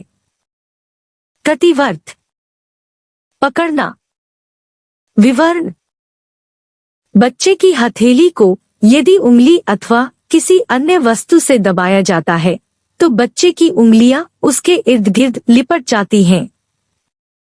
विकासात्मक क्रम: 3 से 4 माह में विलुप्त हो जाते हैं। ऐच्छिक पकड़ से विस्थापित हो जाते हैं। प्रतिवर्त: बेबिंस्की, विवर्ण, यदि बच्चे के पैर के तलवे को ठोका जाता है तो पैर की उंगलियां ऊपर की ओर जाती हैं और फिर आगे की ओर मुड़ जाती हैं। विकासात्मक क्रम: 8 से 12 माह में विलुप्त हो जाते हैं। क्रियाकलाप 4.2 समान आकार के 2 पारदर्शी गिलास लीजिए और दोनों में समान मात्रा में जल भरिए। अपने विद्यालय के कक्षा 2 तथा कक्षा 5 के बच्चे से पूछिए, क्या गिलासों में समान मात्रा में जल है? एक दूसरा लंबा व पतला गिलास लीजिए एवं बच्चे के सामने पहले के किसी एक गिलास का जल इस तीसरे गिलास में भर दीजिए। अब उससे पूछिए कि किस गिलास में अधिक जल है। क्या आपने उनकी अनुक्रियाओं में कोई अंतर पाया? विचारों का प्रहसन नहीं कर सकता है। उदाहरणार्थ, बीजगणितीय समीकरण को पूरा करने के लिए आवश्यक चरण अथवा पृथ्वी के अक्षांश या देशांतर रेखाओं की कल्पना करना। बच्चे की बढ़ती हुई संज्ञानात्मक योग्यताएं भाषा अर्जन को सुगम बना देती हैं। अध्याय 8 में आप पढ़ेंगे कि बच्चे कैसे शब्दावली एवं व्याकरण का विकास करते हैं। तालिका 4.2 पियाजे द्वारा प्रतिपादित संज्ञानात्मक विकास की अवस्थाएं। अवस्था: संवेदी प्रेरक, सन्निकट आयु 0 से 2 वर्ष। विशेषताएं: शिशु संवेदी अनुभवों का शारीरिक क्रियाओं के साथ समन्वय करते हुए संसार का अन्वेषण करता है। अवस्था: पूर्व संक्रियात्मक, सन्निकट आयु 2 से 7 वर्ष। विशेषताएं: प्रतीकात्मक विचार विकसित होते हैं। वस्तु स्थायित्व उत्पन्न होता है। बच्चा वस्तु के विभिन्न भौतिक गुणों को समन्वित नहीं कर पाता है। अवस्था। मूर्ख संक्रियात्मक। सन्निकट आयु 7 से 11 वर्ष। विशेषताएं। बच्चा मूर्त घटनाओं के संबंध में युक्ति संगत तर्कना कर सकता है और वस्तुओं को विभिन्न समूहों में वर्गीकृत कर सकता है। वस्तुओं की मानस प्रतिमाओं पर प्रतिवर्तनीय मानसिक संक्रियाएं करने में सक्षम होता है। अवस्था। औपचारिक संक्रियात्मक। सन्निकट आयु 11 से 15 वर्ष। विशेषताएं। किशोर तर्क का अनुप्रयोग अधिक अमूर्त रूप से कर सकते हैं। परिकल्पनात्मक चिंतन विकसित होते हैं। सामाजिक सामवेगिक विकास। सेल्फ, लिंग, जेंडर तथा नैतिक मोरल विकास बच्चों के सामाजिक सामवेगिक विकास के महत्वपूर्ण आयाम हैं। बाल्यावस्था के प्रारंभिक वर्षों में में कुछ महत्वपूर्ण विकास होते हैं। समाजीकरण के कारण बच्चा यह बोध विकसित कर लेता है कि वह कौन है और वह अपनी पहचान किसकी तरह बनाना चाहता है। विकसित हो रहे स्वतंत्रता के बोध के कारण बच्चे कार्यों को अपने तरीके से करते हैं। एरिक्सन के अनुसार उनकी बच्चों स्वप्रेरित क्रियाओं के प्रति माता पिता जिस प्रकार से प्रतिक्रिया करते हैं वह पहल शक्ति बोध या अपराध बोध को विकसित करता है। उदाहरण के लिए साइकिल चलाना, दौड़ना, स्केटिंग जैसे खेलों के लिए स्वतंत्रता एवं अवसर प्रदान करना तथा बच्चों के प्रश्नों का उत्तर देना उनके द्वारा की गई पहल के लिए आलंबन की अनुभूति उत्पन्न करेगा।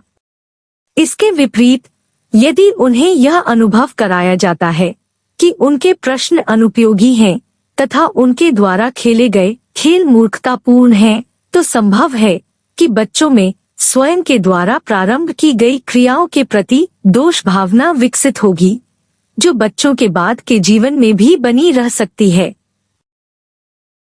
पूर्व बाल्यावस्था में आत्मबोध स्वयं को शारीरिक विशेषताओं के आधार पर परिभाषित करने तक सीमित रहता है। मैं लंबा हूँ, उसके बाल काले हैं, मैं एक लड़की हूँ, इत्यादि।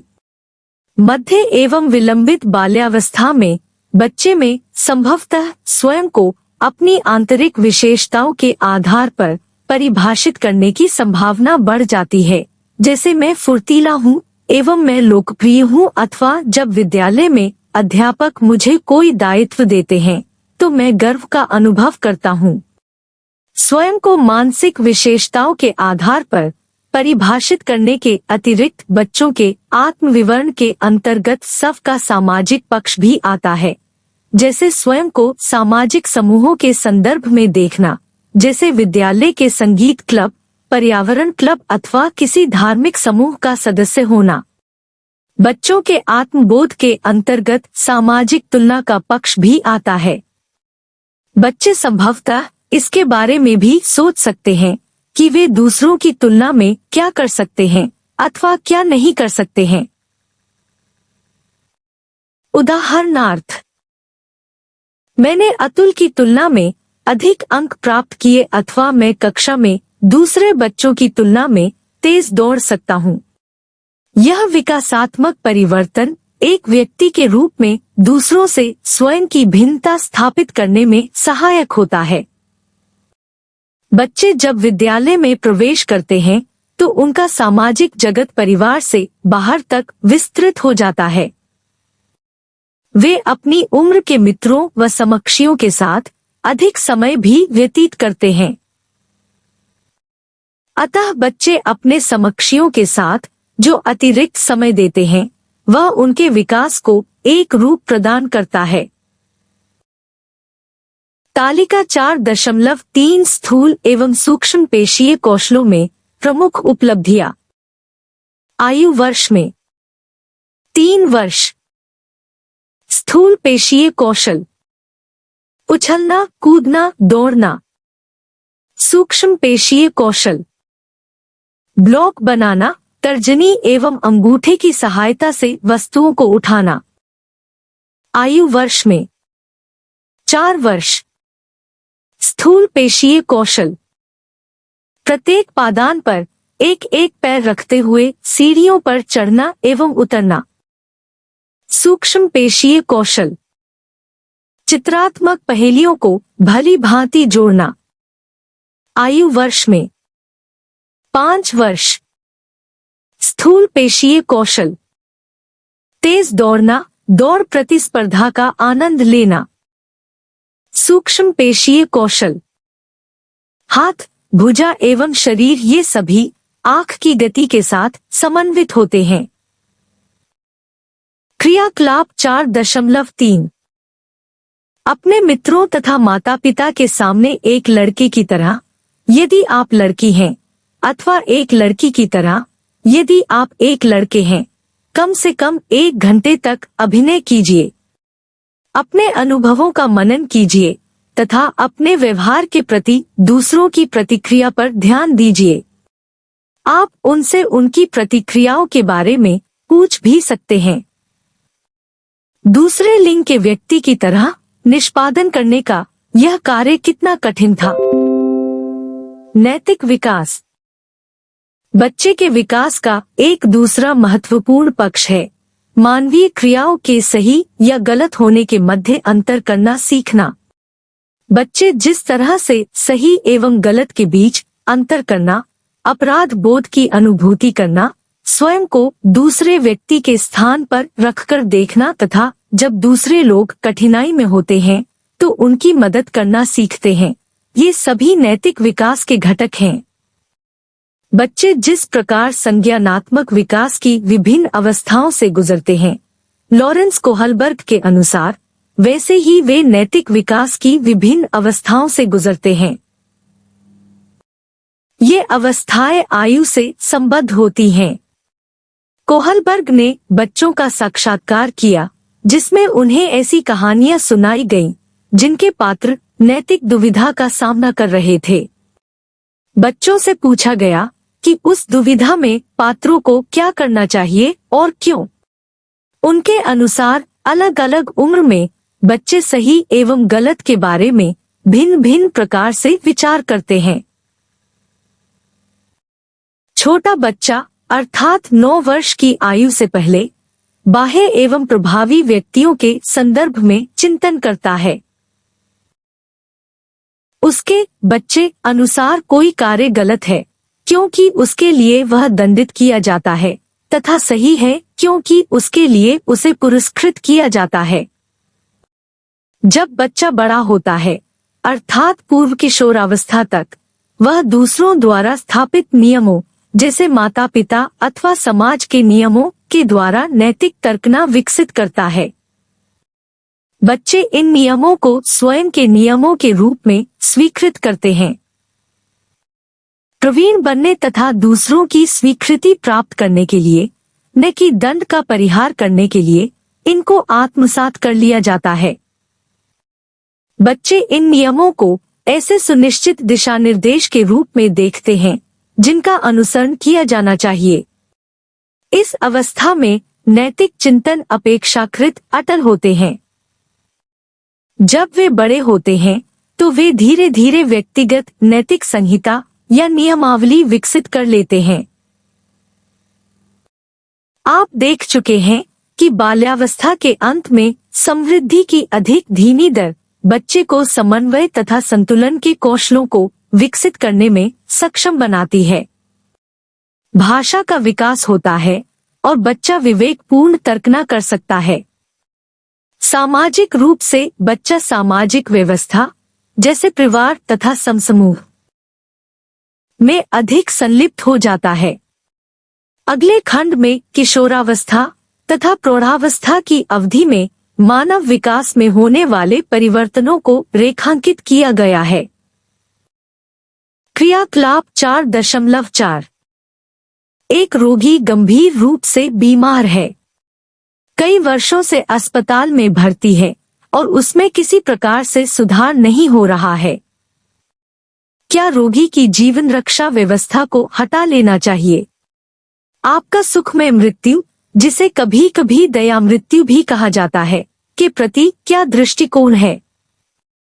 अपने अध्यापक के साथ इस पर परिचर्चा कीजिए। बॉक्स 4.2 लिंग एवं स्त्री पुरुष भूमिकाएं। क्या शतरंज एक पुरुष का खेल है अथवा एक महिला का खेल है अथवा दोनों का? बेकिंग, ब्रेड, केक आदि को बनाना एक महिला का कार्य है अथवा एक पुरुष का कार्य है? गाड़ी चलाना, वाद विवाद करना एवं भौतिकी की प्रयोगशाला में प्रयोग करना, इनके संबंध में आपका क्या विचार है? अथवा टीवी पर बेचे जाने वाले युवा पुरुषों एवं महिलाओं के सामानों पर ध्यान दीजिए।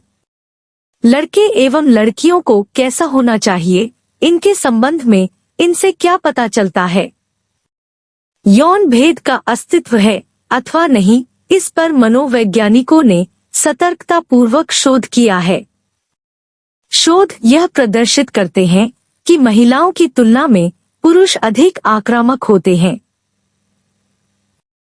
उठक बैठक, छोटी दूरी की दौड़ तथा लंबी कूद के परीक्षणों में महिलाओं की तुलना में पुरुष अधिक बेहतर निष्पादन करते हैं। महिलाएं पुरुषों की तुलना में सूक्ष्म एवं बेहतर नेत्रहस्त समन्वय का प्रदर्शन करती हैं तथा उनके शरीर के जोड़ एवं अंग पुरुषों की तुलना में अधिक लचीले होते हैं। आपकी समझ से इन भिन्नताओं का स्रोत क्या है? क्या ये आवश्यक है अथवा दूसरे शब्दों में क्या महिलाएं कुछ स्त्रियोचित गुण के साथ जन्म लेती हैं एवं पुरुष कुछ पुरुषोचित गुण के साथ? अथवा क्या ये भिन्नताएं उस संसार का सर्जन है जिसमें हम रहते हैं? जिस सर्वाधिक शक्तिशाली भूमिका में लोगों का समाजीकरण हुआ है वह है लिंग भूमिका। ये महिलाओं एवं पुरुषों के लिए उपयुक्त समझे जाने वाले व्यवहारों के एक समूह से परिभाषित होती हैं। यौन सेक्स पुरुष या महिला होने के जैविक आयाम को बताता है, जबकि लिंग जेंडर महिला या पुरुष होने के सामाजिक आयाम को इंगित करता है। लिंग के विभिन्न पक्ष हैं। इनमें से महिला या पुरुष की लिंग पहचान एक महत्वपूर्ण पक्ष है, जिसे अधिकांश बच्चे 3 या 4 वर्ष की आयु का होते होते अर्जित कर लेते हैं एवं स्वयं को परिशुद्धता से एक लड़का अथवा लड़की के रूप में नामित कर सकते हैं। जब वे बड़े होते हैं तो उनके खिलौनों तथा खेलों की पसंद में इसे देखा जा सकता है। लिंग भूमिकाएं अपेक्षाओं का एक समूह है जो यह प्रस्तावित करती हैं कि महिलाओं एवं पुरुषों को किस प्रकार से सोचना, कार्य करना एवं अनुभव करना चाहिए। लिंग समाजीकरण पर माता पिता का महत्वपूर्ण प्रभाव पड़ता है, विशेष रूप से विकास के प्रारंभिक वर्षों में। पुरस्कार एवं दंड के माध्यम से वे बच्चों में लिंग उपयुक्त तथा अनुपयुक्त व्यवहार को उत्पन्न करते हैं। माता पिता अपनी लड़कियों को स्त्रियोचित तथा लड़कों को पुरुषोचित गुणों को सिखाने के लिए प्रायः पुरस्कार एवं दंड का उपयोग करते हैं।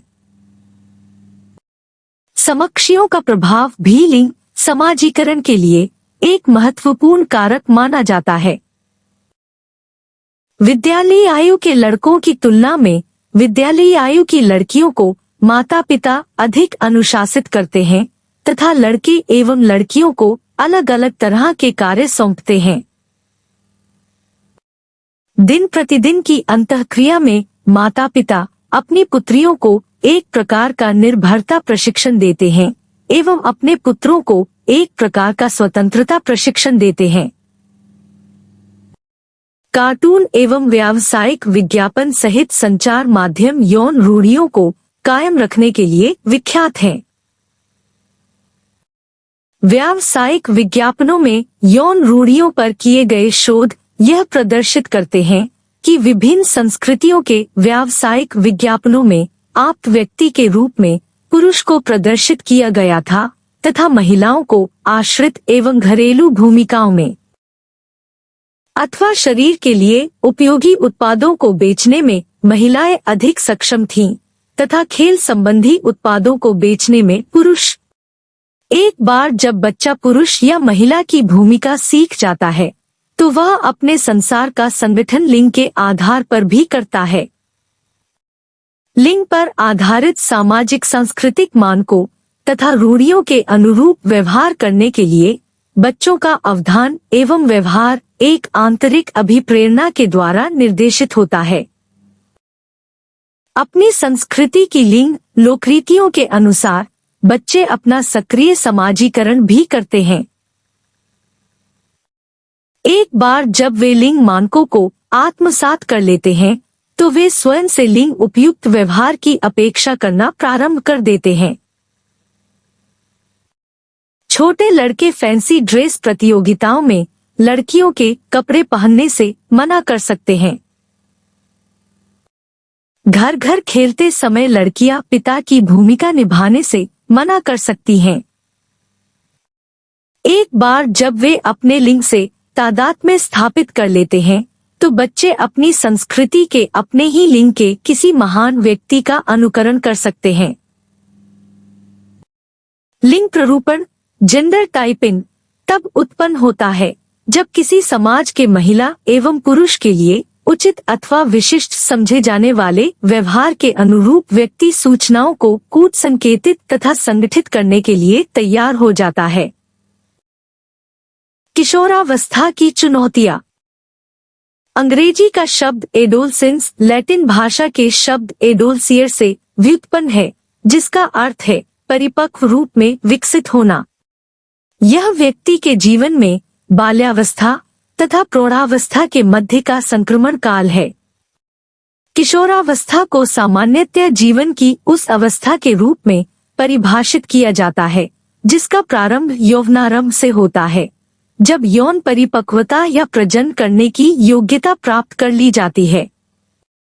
इसे जैविक तथा मानसिक दोनों ही रूप से तीव्र परिवर्तन की अवधि माना गया है। यद्यपि इस अवस्था में होने वाले शारीरिक परिवर्तन सार्वभौमिक हैं, किशोरों के अनुभव के सामाजिक तथा मानसिक आयाम सांस्कृतिक संदर्भ पर निर्भर करते हैं। उदाहरण के लिए, वह संस्कृति जहां किशोरावस्था को समस्यापर्क अथवा संदेह उत्पन्न करने वाली अवधि के रूप में देखा जाता है, उसमें एक किशोर का अनुभव उस किशोर से भिन्न होगा जो एक ऐसी संस्कृति में है जहां किशोरावस्था को प्रौढ़ व्यवहार और इसलिए दायित्वपूर्ण कार्यों को संपादित करने का प्रारंभ माना जाता है। यद्यपि अधिकांश समाज में किशोरावस्था के लिए कम से कम एक संक्षिप्त अवधि होती है, यह सभी संस्कृतियों के सापेक्ष सार्वभौमिक नहीं है। शारीरिक विकास। यौवनारंभ या लैंगिक परिपक्वता बाल्यावस्था के अंत को तथा किशोरावस्था के प्रारंभ को इंगित करती है, जो समवृद्धि दर एवं लैंगिक विशेषताओं दोनों में ही आकस्मिक परिवर्तनों के द्वारा परिभाषित होती है। परंतु यौवनारंभ अचानक उत्पन्न होने वाली घटना नहीं है, बल्कि यह एक क्रमिक प्रक्रिया का अंग है। यौवनारंभ की अवस्था में स्रावित होने वाले हार्मोन के कारण मूल एवं गौण लैंगिक लक्षण विकसित होते हैं। मूल लैंगिक लक्षणों के अंतर्गत वे लक्षण आते हैं जो प्रजनन से प्रत्यक्ष रूप से जुड़े हैं तथा गौण लैंगिक लक्षणों के अंतर्गत लैंगिक परिपक्वता को प्राप्त कर लेने के लक्षण या संकेत आते हैं। त्वरित समवृद्धि, चेहरों पर बालों का उगना तथा स्वर में परिवर्तन आदि से लड़कों में यौवनारंभ से संबंधित परिवर्तन प्रदर्शित होता है। लड़कियों की ऊंचाई में तीव्र समवृद्धि प्रायः मासिक धर्म प्रारंभ मेनार्क होने के लगभग 2 वर्ष पहले शुरू होती है। लड़कों में 12 या 13 वर्ष की उम्र में तथा लड़कियों में 10 या 11 वर्ष की उम्र में शारीरिक विकास में तीव्र समवृद्धि प्रारंभ होती है। यौवनारंभ अनुक्रम में परिवर्तन का पाया जाना एक सामान्य प्रक्रिया है। उदाहरण के लिए, एक ही कालानुक्रमिक आयु के 2 लड़कों अथवा 2 लड़कियों में एक के यौवनारंभ की अवस्था प्रारंभ होने से पहले ही दूसरे का यौवनारंभ विकास का अनुक्रम पूरा हो सकता है। इसमें आनुवंशिकता एवं परिवेश दोनों की ही महत्वपूर्ण भूमिका हो सकती है। उदाहरण के लिए समरूपेमज में भ्रातृयमज की तुलना में मासिक धर्म लगभग एक ही समय प्रारंभ होता है। आमतौर पर संपन्न परिवार की लड़कियों में गरीब परिवार की लड़कियों की तुलना में मासिक धर्म कुछ पहले प्रारंभ होता है। ऐतिहासिक प्रवृत्तियां प्रदर्शित करती हैं कि औद्योगिक राष्ट्रों में मासिक धर्म प्रारंभ होने की आयु घट रही है, जो बेहतर पोषण एवं चिकित्सकीय सुविधाओं में उन्नति को प्रदर्शित करती है। किशोरावस्था में होने वाले शारीरिक विकास के साथ अनेक मानसिक परिवर्तन भी होते हैं। यौवनारंभ के आसपास किशोर विपरीत लिंगी सदस्यों एवं यौन संबंधी मामलों में अधिक रुचि का प्रदर्शन करते हैं एवं यौन अनुभूतियों के प्रति एक नई जागरूकता विकसित होती है। कामुकता या यौन संबंधी विषयों पर अधिक ध्यान देना अनेक कारकों के कारण होता है, जैसे जैविक परिवर्तनों के प्रति सजगता तथा समक्षियों। माता पिता एवं समाज द्वारा कामुकता पर अधिक बल देना। इसके बावजूद अनेक किशोरों में काम व्यवहार के प्रति उपयुक्त ज्ञान का अभाव होता है अथवा उनमें इसके प्रति अनेक भ्रांतियां होती हैं। यौन एक ऐसा विषय है जिस पर माता पिता बच्चों से परिचर्चा करने में कठिनाई का अनुभव करते हैं, इसलिए किशोर यौन संबंधी मामलों में गोपनीयता बरतने लगते हैं, जो सूचनाओं के आदान प्रदान तथा संप्रेषणीयता को कठिन बना देता है। एड्स एवं यौन संक्रमित अन्य रोगों के खतरे के कारण वर्तमान समय में किशोरों में कामुकता के प्रति अधिक ध्यान दिया जा रहा है। यौन पहचान का विकास यौनोन्मुखता को परिभाषित करता है एवं काम व्यवहार को निर्देशित करता है। इस रूप में यह किशोरों के लिए एक महत्वपूर्ण विकासात्मक कार्य बन जाता है। यौवनारंभ के आरंभ होने पर आप स्वयं के बारे में क्या सोचते थे? किशोर इस विषय में विचारमग्न रहते हैं कि वे कैसे दिखते हैं और वे जैसा दिखते हैं उसका मानसिक बिंब बनाते रहते हैं। अपने शारीरिकस्व अथवा शारीरिक परिपक्वता को स्वीकार करना किशोरावस्था में एक दूसरा महत्वपूर्ण विकासात्मक कार्य है। किशोरों को अपने शारीरिक रंगरूप का एक वास्तविक बिंब बनाने की आवश्यकता होती है, जो उन्हें स्वीकार्य हो। यह ध्यान रखना महत्वपूर्ण है कि यौवनारंभ की अवस्था में शारीरिक परिवर्तनों के साथ साथ संज्ञानात्मक एवं सामाजिक परिवर्तन भी होते हैं। संज्ञानात्मक विकासात्मक परिवर्तन। किशोर के विचार अधिक अमूर्त, तर्कपूर्ण एवं आदर्शवादी होते हैं। अपने तथा दूसरों के विचारों का एवं दूसरे उनके बारे में क्या सोचते हैं, इसका मूल्यांकन करने में वे अधिक सक्षम हो जाते हैं। किशोरों में तर्कना की विकसित हो रही योग्यता उन्हें संज्ञानात्मक एवं सामाजिक सजगता का एक नया स्तर प्रदान करती है। पियाजे का मानना था कि औपचारिक संक्रियात्मक विचार 11 से 15 वर्ष की आयु के बीच उत्पन्न होते हैं। इस अवस्था के दौरान किशोर का चिंतन वास्तविक मूर्त अनुभवों से आगे तक विस्तृत हो जाता है एवं वे उन अनुभवों के बारे में अधिक अमूर्त रूप से चिंतन एवं तर्कना प्रारंभ कर देते हैं। अमूर्त होने के अतिरिक्त किशोरों के विचार आदर्शवादी भी होते हैं। किशोर स्वयं तथा दूसरों की आदर्श विशेषताओं के बारे में सोचना प्रारंभ कर देते हैं तथा स्वयं की दूसरों से तुलना इन आदर्श मानकों के आधार पर करते हैं। उदाहरण के लिए, एक आदर्श माता पिता कैसे होंगे, वे इसके बारे में सोच सकते हैं एवं अपने माता पिता की तुलना इन आदर्श मानकों से करते हैं।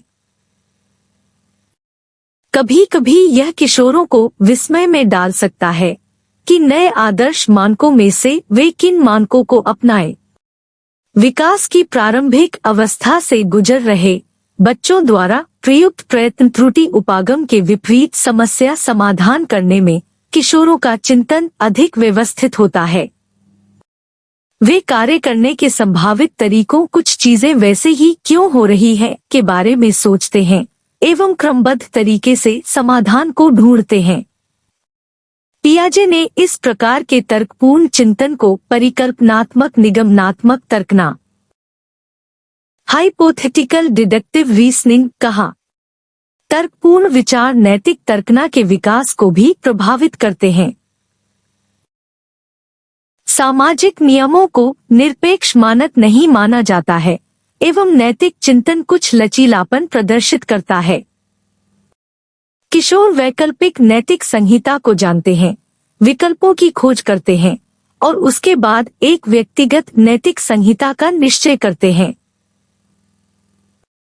उदाहरण के लिए, क्या मुझे सिगरेट पीनी चाहिए क्योंकि मैं जितने भी लोगों को जानता हूं वे सभी सिगरेट पीते हैं। क्या परीक्षाओं में नकल करना नैतिक है? यह किशोरों में सामाजिक मानकों को न मानने की संभावना भी उत्पन्न करता है यदि वे उनके व्यक्तिगत नैतिक संहिता के विरुद्ध होते हैं। उदाहरण के लिए, इस उम्र में व्यक्ति एक विरोध प्रदर्शन रैली में प्रतिभागिता कॉलेज के मानकों का पालन करने या उन मानकों के अनुरूप व्यवहार करने के लिए नहीं बल्कि एक निश्चित कारण के लिए करता है। किशोर भी एक विशिष्ट प्रकार का अहंकेंद्रवाद विकसित करते हैं। डेविड एल्काइंड के अनुसार काल्पनिक श्रोता, इमेजिनरी ऑडियंस एवं व्यक्तिगत दंतकथा, पर्सनल फेबल। किशोरों के अहंकेंद्रवाद के दो घटक हैं।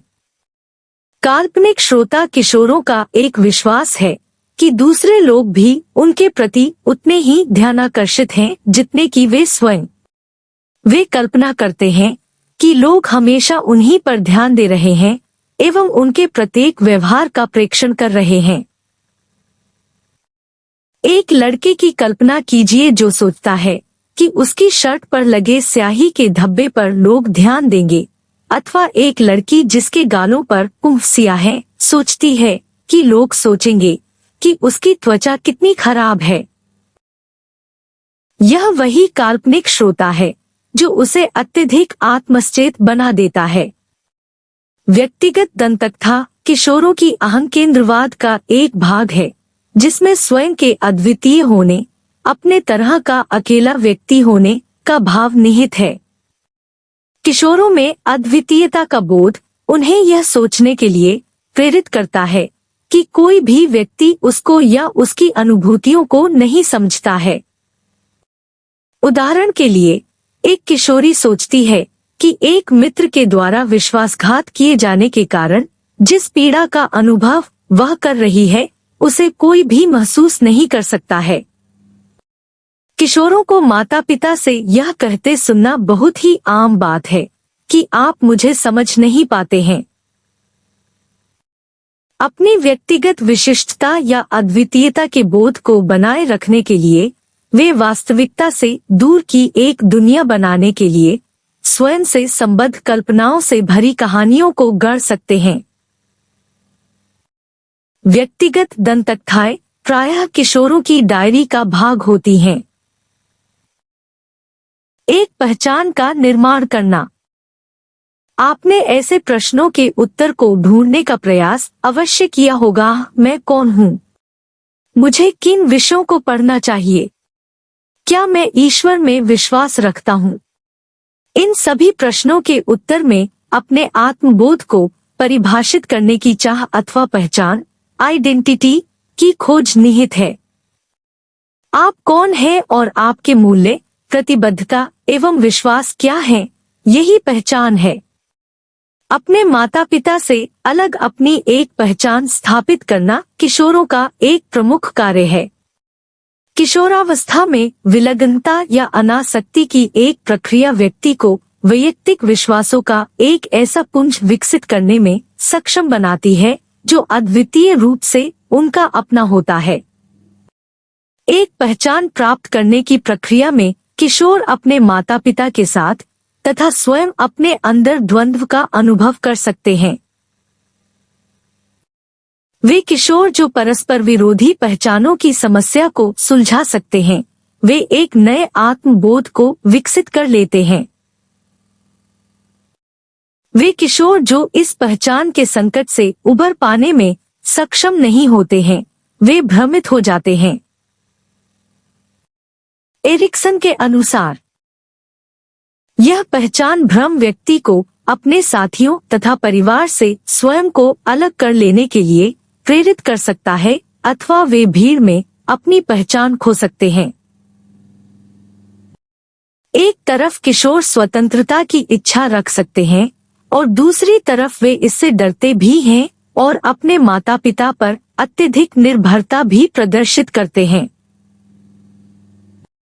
आत्मविश्वास और असुरक्षा की भावना के बीच शीघ्रता से परिवर्तित होते रहना इस अवस्था की एक विशिष्टता है।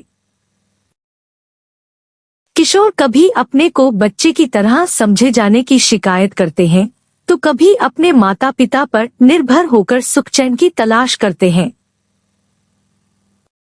एक पहचान प्राप्त करने में स्वयं में निरंतरता और एकरूपता की खोज करना, अधिक उत्तरदायित्वों को वहन करना तथा वह कौन है अर्थात एक पहचान का स्पष्ट बोध प्राप्त करना सन्निहित है। किशोरावस्था में पहचान का निर्माण अनेक कारकों से प्रभावित होता है। सांस्कृतिक पृष्ठभूमि, पारिवारिक तथा सामाजिक मूल्य, संजातीय पृष्ठभूमि तथा सामाजिक आर्थिक स्तर, ये सभी समाज में एक स्थान प्राप्त करने के लिए किशोरों द्वारा किए गए प्रयास पर प्रभावी रहते हैं। जब किशोर घर से बाहर अधिक समय व्यतीत करने लगता है तो पारिवारिक संबंध कम महत्वपूर्ण हो जाते हैं और वे समकक्षियों के सहयोग एवं स्वीकृति की प्रबल आवश्यकता विकसित कर लेते हैं। समकक्षियों के साथ अधिक अंतःक्रिया उन्हें अपने सामाजिक कौशलों को सुधारने तथा भिन्न भिन्न प्रकार के सामाजिक व्यवहारों को परखने का अवसर प्रदान करती है। समकक्षी तथा माता पिता ये दो शक्तियां हैं जिनका किशोरों पर विशेष प्रभाव पड़ता है। समय समय पर माता पिता के साथ संघर्षपूर्ण परिस्थितियां समकक्षियों के साथ तादात्म्य स्थापित करने की प्रवृत्ति को बढ़ाती हैं, परंतु सामान्यतया समकक्षी एवं माता पिता अनुपूरक का कार्य करते हैं और किशोरों की भिन्न भिन्न आवश्यकताओं की पूर्ति करते हैं। व्यावसायिक प्रतिबद्धता किशोरों की पहचान निर्माण को प्रभावित करने वाला एक दूसरा कारक है। बड़े होकर आप क्या बनेंगे, इस प्रश्न के लिए भविष्य के संबंध में सोचने की योग्यता एवं वास्तविक तथा प्राप्य लक्ष्यों को निर्धारित करने की आवश्यकता होती है। कुछ संस्कृतियों में युवाओं को व्यवसाय चयन की स्वतंत्रता दी जाती है, जबकि कुछ दूसरी संस्कृतियों में इस चुनाव के लिए बच्चों को विकल्प नहीं दिए जाते हैं। माता पिता के द्वारा लिए गए निर्णय को ही बच्चों द्वारा स्वीकार किए जाने की संभावना रहती है। विषयों के चयन के संबंध में जब आप निर्णय कर रहे थे, उस समय का आपका अपना अनुभव क्या है?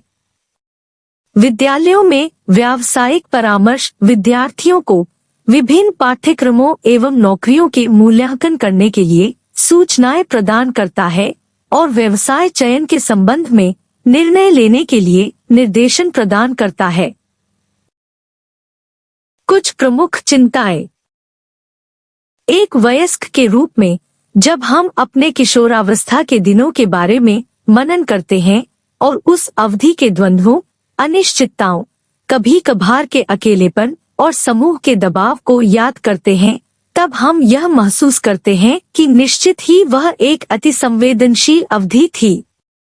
किशोरावस्था में समकक्षियों का प्रभाव, नई अर्जित स्वतंत्रता, अनसुलझी समस्याएं आप में से अनेक लोगों के लिए कठिनाइयां उत्पन्न कर सकती हैं। समकक्षियों के दबाव के अनुसार चलना सकारात्मक और नकारात्मक दोनों ही हो सकता है।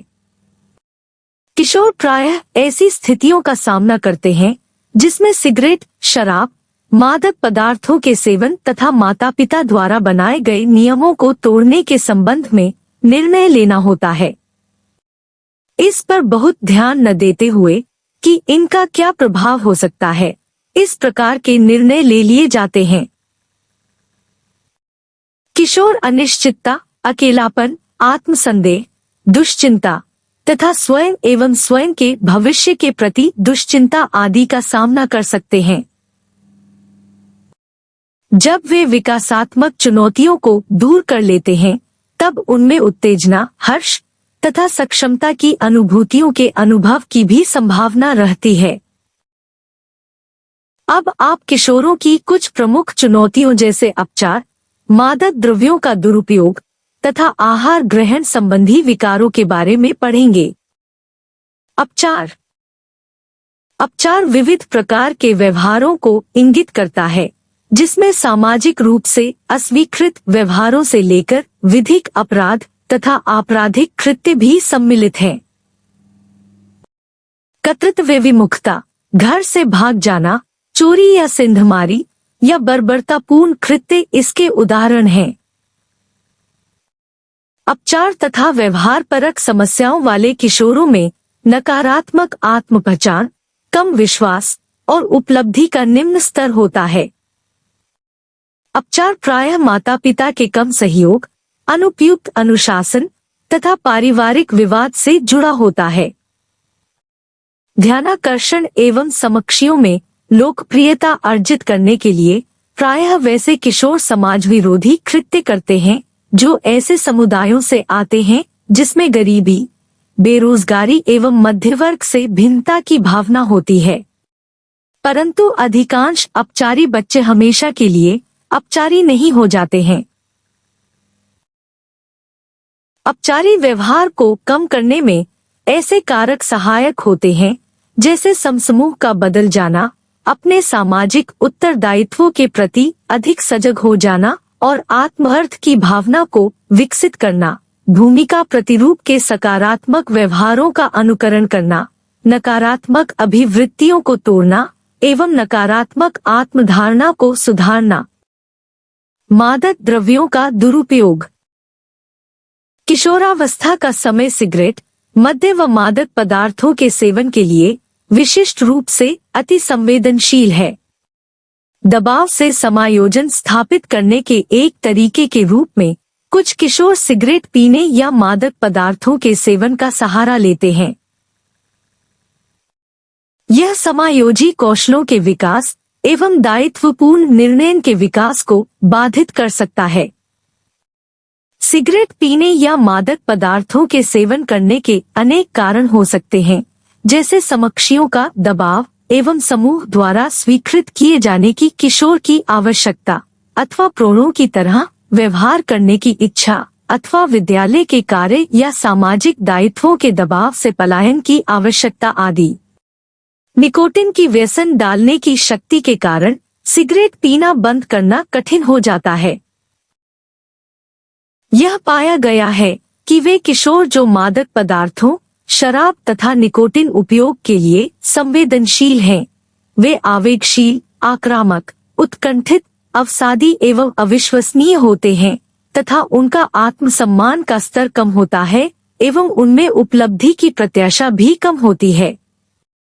समकक्षी दबाव और अपने समसमूह के बीच रहने की आवश्यकता किशोर को अपने समकक्षियों की मांगों के अनुरूप मादक द्रव्य, मदिरा एवं धूम्रपान का प्रयोग करने के लिए प्रेरित करती है या उसको अपना उपहास सहन करने के लिए मजबूर करती है। यदि मादक पदार्थों का उपयोग लंबे समय तक जारी रहता है तो यह शरीर क्रियात्मक निर्भरता अर्थात मादक पदार्थ, शराब या निकोटिन की लत को जन्म दे सकता है और किशोरों के शेष जीवन के लिए एक गंभीर खतरा हो सकता है। मादक द्रव्यों के उपयोग को रोकने में माता-पिता, समकक्षियों, भाई बहनों एवं वयस्कों के साथ सकारात्मक संबंध की महत्वपूर्ण भूमिका होती है। नई दिल्ली स्थित society for theatre in education programme Bharat में मादक द्रव्य रोधी एक सफल कार्यक्रम है। यह 13 से 25 वर्ष के लोगों के मनोरंजन के लिए नुक्कड़ नाटकों का आयोजन करती है, जिसमें यह शिक्षा दी जाती है कि मादक पदार्थों का सेवन कैसे रोके। United Nations International Drug Control Programme UNDCP ने इस कार्यक्रम को एक उदाहरण के रूप में चुना है, जिसे इस क्षेत्र के गैर सरकारी संगठनों को भी अपनाना चाहिए। आहार ग्रहण संबंधी विकार। किशोरों का स्वयं के प्रति मनोग्रस्ती, कल्पनालोक में रहना तथा समकक्षियों से तुलना करना ऐसी परिस्थितियों को जन्म देता है जिससे वे अपने शरीर के प्रति मनोग्रस्ती विकसित कर लेते हैं। एनोरेक्सिया नर्वोसा एक ऐसा ही आहार ग्रहण संबंधी विकार है जिसमें स्वयं को भूखा रखते हुए दुबला बनने का कठिन प्रयास किया जाता है। किशोरों को अपने भोजन से कुछ खाद्य पदार्थों को निकालते अथवा केवल दुर्बल बनाने वाले खाद्य पदार्थों का ही सेवन करते देखा जाना बहुत ही सामान्य घटना है। संचार माध्यम भी दुबलेपन या छरहरेपन को सर्वाधिक वांछनीय छवि के रूप में प्रदर्शित करते हैं और छरहरेपन की ऐसी फैशनेबल छवि का अनुकरण एनोरेक्सिया नर्वोसा को जन्म देता है। क्षुब्धता या बुलिमिया आहार ग्रहण संबंधी विकार का एक दूसरा प्रकार है जिसमें व्यक्ति अत्यधिक भोजन करने का एक ऐसा प्रारूप अपनाता है जिसमें वह स्वादिष्ट भोजन करता रहता है और उसके बाद अपने प्रयास से वमन करके अथवा किसी विरेचक का उपयोग करके उसका विरेचन कर देता है और बीच बीच में उपवास भी रखता है। एनोरेक्सिया नर्वोसा तथा बुलिमिया मुख्य रूप से महिलाओं के विकार हैं जो शहरी परिवारों में अधिक पाए जाते हैं। प्रौढ़ावस्था एवं वृद्धावस्था। प्रौढ़ावस्था एक प्रौढ़ सामान्यतया एक ऐसे व्यक्ति के रूप में परिभाषित किया जाता है जो दायित्वों का निर्वहन करता है, परिपक्व व स्वावलंबी है तथा समाज से अच्छी तरह से जुड़ा हुआ है। इन गुणों के विकास में भिन्नता पाई जाती है जो यह प्रदर्शित करता है कि व्यक्ति के वयस्क बनने अथवा वयस्कों की भूमिकाओं को ग्रहण करने के समय में अंतर होता है। कुछ लोग अपने कॉलेज अध्ययन के साथ नौकरी भी करते हैं अथवा वे शादी कर सकते हैं तथा पढ़ाई छोड़ देते हैं। कुछ लोग आर्थिक रूप से स्वतंत्र होते हुए और विवाह के बाद भी अपने माता पिता के साथ ही रहते हैं। प्रौढ़ों की भूमिकाओं को ग्रहण करना व्यक्ति की सामाजिक परिस्थिति से निर्देशित होता है। जीवन की कुछ महत्वपूर्ण घटनाओं जैसे विवाह, नौकरी, बच्चों को जन्म देना के लिए सर्वोपयुक्त समय क्या होता है, इस संदर्भ में एक संस्कृति से दूसरी संस्कृति में भिन्नता होती है, परंतु किसी एक संस्कृति के अंदर प्रौढ़ के विकास क्रम में समानता होती है। प्रारंभिक प्रौढ़ावस्था के दो मुख्य कार्य हैं: प्रौढ़ जीवन की संभावनाओं को तलाशना तथा एक स्थायी जीवन की संरचना का विकास करना। उम्र का 20वां वर्ष प्रौढ़ों के विकास के एक नए दौर को निरूपित करता है। धीरे धीरे निर्भरता से स्वतंत्रता की ओर एक परिवर्तन उत्पन्न होता है।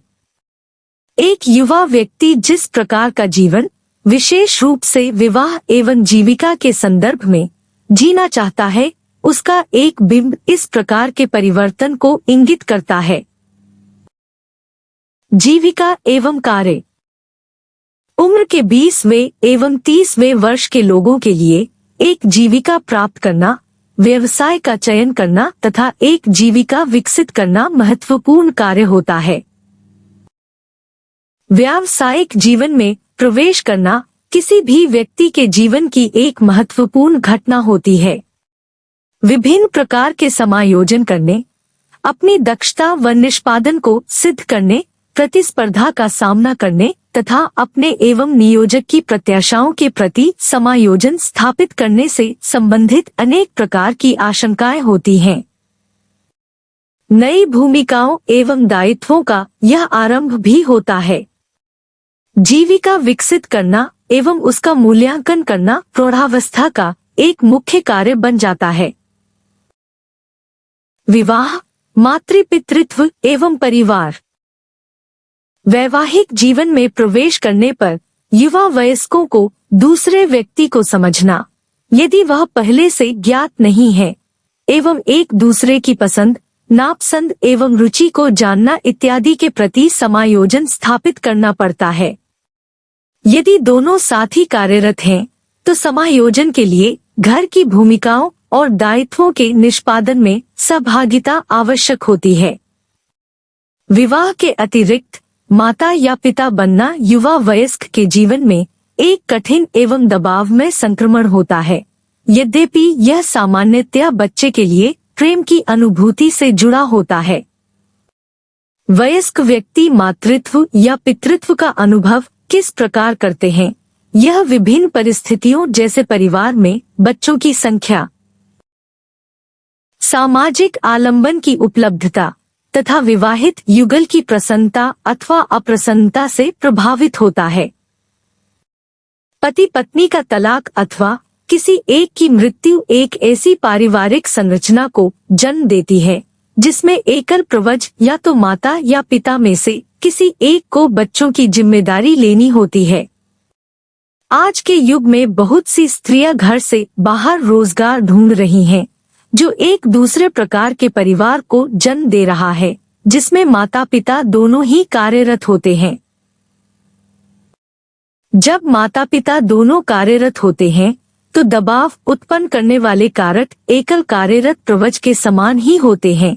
उदाहरणार्थ, बच्चों की देखभाल करना, उनके विद्यालय का कार्य देखना, बीमारियों तथा घर एवं कार्यालय के कार्यभार से समायोजन स्थापित करना इत्यादि। मातृत्व पितृत्व दबाव से जुड़े होने के बावजूद समृद्धि एवं संतुष्टि के लिए अद्वितीय अवसर प्रदान करता है तथा अगली पीढ़ी से संलग्नता स्थापित करने एवं उन्हें निर्देशित करने के तरीके के रूप में देखा जाता है। अधेड़ावस्था में होने वाले शारीरिक परिवर्तन शरीर में परिपक्वता से संबंधित परिवर्तनों के कारण से होते हैं। यद्यपि इन परिवर्तनों के उत्पन्न होने की गति में व्यक्तियों में भिन्नता होती है, लगभग सभी मध्य आयु के लोग अपनी शारीरिक क्रिया के कुछ पक्षों में धीरे धीरे होने वाले ह्रास का अनुभव करते हैं, जैसे दृष्टि एवं चमक के प्रति संवेदनशीलता में ह्रास, कम सुनाई देना तथा शारीरिक रंग रूप में परिवर्तन, जैसे झुर्रियां, बालों का सफेद अथवा पतला होना, वजन में वृद्धि होना।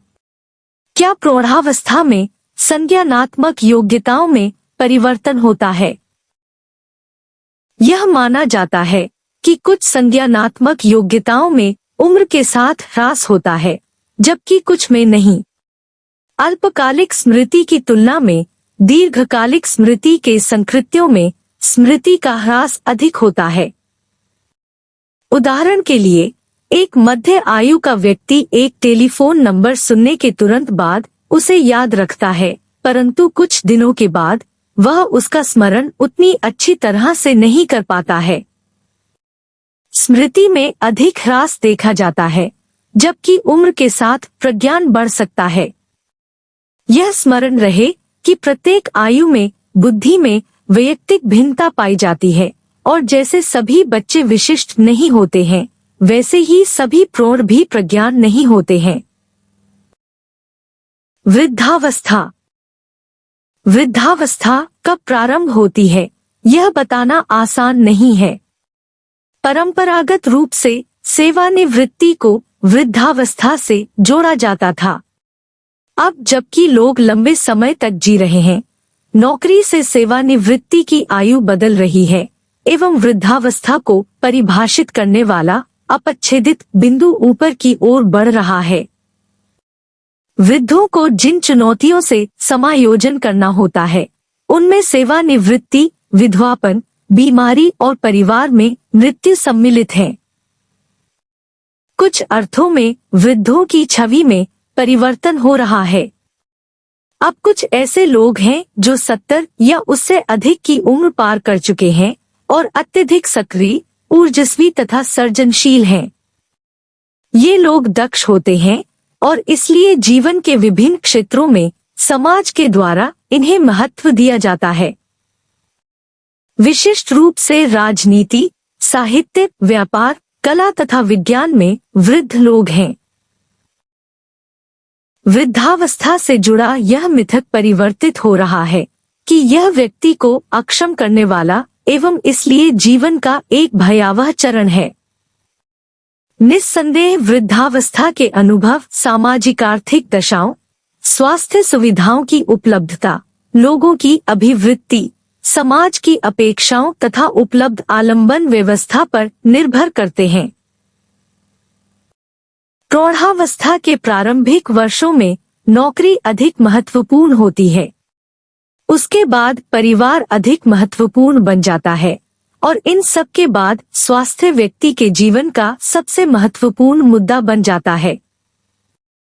स्पष्ट रूप से हमारे प्रौढ़ जीवन में स्वस्थ तरीके से वयोवृद्धि इन बातों पर निर्भर है, जैसे हम लोग अपने कार्य में कितने प्रभावशाली हैं, हमारे परिवार में हम लोगों के संबंध कितने प्रेमपूर्ण हैं, हमारी मित्रता कितनी अच्छी है, हम कितने स्वस्थ एवं संज्ञानात्मक रूप से हम कितने चुस्त दुरुस्त हैं।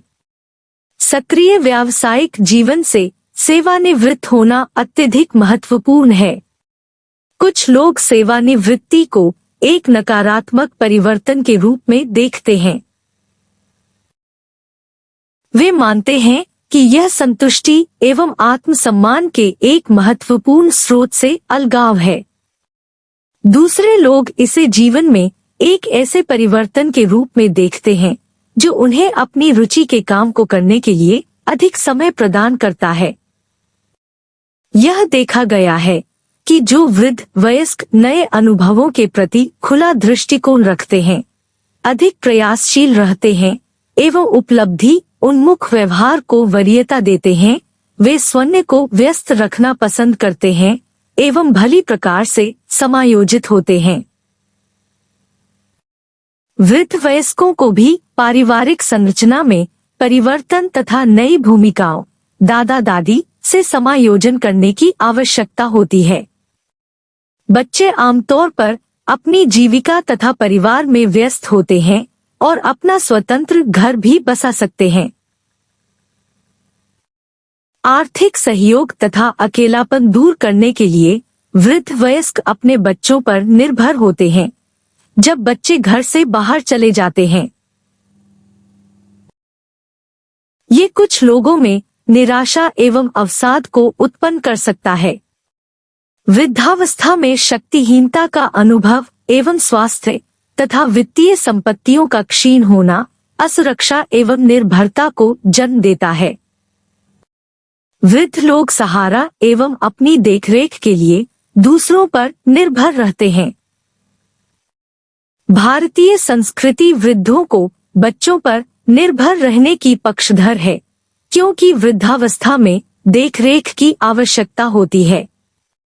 वस्तुतः पूर्वी संस्कृति के अधिकांश माता पिता अपने बच्चों का लालन पालन इस उम्मीद में करते हैं कि वे वृद्धावस्था में उनकी देखभाल करेंगे। यह महत्वपूर्ण है कि वृद्धों में सुरक्षा एवं संबंधन की अनुभूति को प्रदान किया जाए। यह अनुभूति उत्पन्न की जाए कि लोग उनका ध्यान रखते हैं, विशेष रूप से संकट के क्षणों में, एवं यह स्मरण रखना चाहिए कि एक दिन हम सभी को वृद्ध होना है। यद्यपि मृत्यु होने की संभावना विलंबित प्रौढ़ावस्था में अधिक होती है, तथापि मृत्यु विकास की किसी भी अवस्था में हो सकती है। अन्य लोगों की तुलना में बच्चों एवं युवकों की मृत्यु को प्रायः अधिक दुखद समझा जाता है। बच्चों तथा युवकों में दुर्घटना के कारण मृत्यु होने की संभावना अधिक होती है, परंतु वृद्धों में पुरानी बीमारी के कारण मृत्यु की संभावना बढ़ जाती है। पति अथवा पत्नी की मृत्यु प्रायः सबसे बड़ी क्षति होती है। अपने साथी की मृत्यु के बाद जो लोग जीवित रहते हैं वे गहन दुख का अनुभव करते हैं।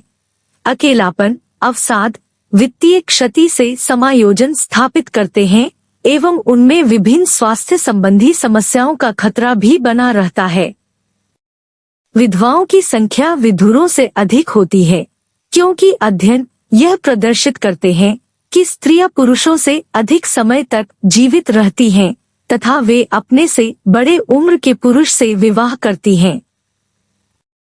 ऐसे समय में बच्चों, नाती पोतों एवं मित्रों का सहयोग व्यक्ति को दंपति की मृत्यु की क्षति से उबारने में सहायक होता है।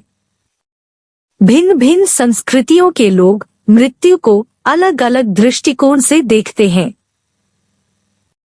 हमारे देश की गोंड संस्कृति में यह माना जाता है कि मृत्यु जादू टोना एवं दैत्यों के द्वारा होती है। मेडागास्कर की टनाला संस्कृति में मृत्यु का कारण प्राकृतिक शक्तियां मानी जाती हैं। मानव विकास, जिसे आपने इस अध्याय में पढ़ा है, व्यक्ति के संपूर्ण जीवन को प्रभावित करने वाले विभिन्न कारकों के प्रभाव को समझने में आपकी सहायता करता है। क्रियाकलाप 4.5 जीवन की 3 विभिन्न अवस्थाओं के लोगों का साक्षात्कार कीजिए, जैसे 20 से 35 वर्ष, 35 से 60 वर्ष एवं 60 वर्ष से अधिक। उनसे निम्न के संबंध में बातचीत कीजिए। का उनके जीवन में जो प्रमुख परिवर्तन हुए हैं। ख इन परिवर्तनों ने उन्हें किस तरह से प्रभावित किया, इसके संबंध में वे कैसा अनुभव करते हैं। विभिन्न समूहों के द्वारा बताई गई महत्वपूर्ण घटनाओं की तुलना कीजिए। प्रमुख पद: किशोरावस्था, जीववाद, आसक्ति, केंद्रीकरण, शिरदाभिमुख प्रवृत्ति, मूर्त संक्रियात्मक अवस्था, निगमनात्मक विचार विकास, अहंकेंद्रवाद, क्रम विकास, लिंग पहचान, शैशवावस्था, परिपक्वता, मासिक धर्म प्रारंभ, पेशीय विकास, वस्तु स्थायित्व, संक्रियाएं, दृश्य प्ररूप, प्रसवपूर्व अवधि, पूर्व संक्रियात्मक अवस्था, मूल लैंगिक लक्षण, समीप दूराभिमुख प्रवृत्ति, यौवनारंभ, प्रतिवर्त, गौण लैंगिक लक्षण, संवेदी प्रेरक अवस्था, विरूपजनन तत्व। सारांश: प्रसव पूर्व अवस्था का विकास माता के कुपोषण, माता के मादक औषधि के उपयोग तथा माता को होने वाली कुछ बीमारियों से प्रभावित हो सकता है। पेशीय विकास शिरदाभिमुख तथा समीप दूराभिमुख प्रवृत्तियों का अनुसरण करता है। प्रारंभिक पेशीय विकास परिपक्वता तथा अधिगम दोनों पर निर्भर करता है। बच्चे के लालन पालन में सांस्कृतिक भिन्नताएं बच्चे तथा उनके देखरेख करने वालों के बीच की आसक्ति के स्वरूप को प्रभावित कर सकती हैं। पियाजे के संज्ञानात्मक विकास सिद्धांत के अनुसार बच्चे में वस्तु स्थायित्व की पहचान का क्रमशः विकसित होना संवेदी प्रेरक अवस्था की मुख्य विशेषता है। पूर्व संक्रियात्मक अवस्था के चिंतन में कुछ कमियां जैसे केंद्रीकरण, अप्रतिक्रमणीयता एवं अहंकेंद्रवाद पाई जाती हैं। मूर्त संक्रियात्मक अवस्था में बच्चे वस्तुओं के मानसिक निरूपण पर संक्रियाओं को निष्पादित करने की योग्यता विकसित कर लेते हैं, जो उन्हें संरक्षण के नियम को समझने में सक्षम बनाती है। औपचारिक संक्रिया की अवस्था अधिक अमूर्त, व्यवस्थित होती है एवं तार्किक विचारों को विकसित करती है। कोलहबर्ग के अनुसार नैतिक तनाव में प्रगति 3 चरणों, जो आयु संबद्ध होते हैं, में होती है और संज्ञानात्मक विकास के द्वारा निर्धारित होती है। यौवनारंभ की अवस्था में समृद्धि की तीव्रता एक महत्वपूर्ण घटना है, जिसमें प्रजनन संबंधी परिपक्वता तथा गौण लैंगिक लक्षण अंतर्निहित हैं। एरिक्सन के अनुसार पहचान निर्माण की ओर अग्रसर होना किशोरों की एक मुख्य चुनौती है। प्रौढ़ावस्था में व्यक्तित्व में स्थायित्व एवं परिवर्तन दोनों ही पाए जाते हैं। प्रौढ़ों के विकास की अनेक प्रमुख घटनाओं में पारिवारिक संबंधों में परिवर्तन सन्निहित है, जिसमें विवाह, मातृपितृत्व तथा बच्चों के घर से बाहर जाने के प्रति समायोजन सम्मिलित है। प्रौढ़ावस्था में आयु संबद्ध शारीरिक परिवर्तनों में रंगरूप, स्मृति तथा संज्ञानात्मक आयामों में परिवर्तन सम्मिलित हैं।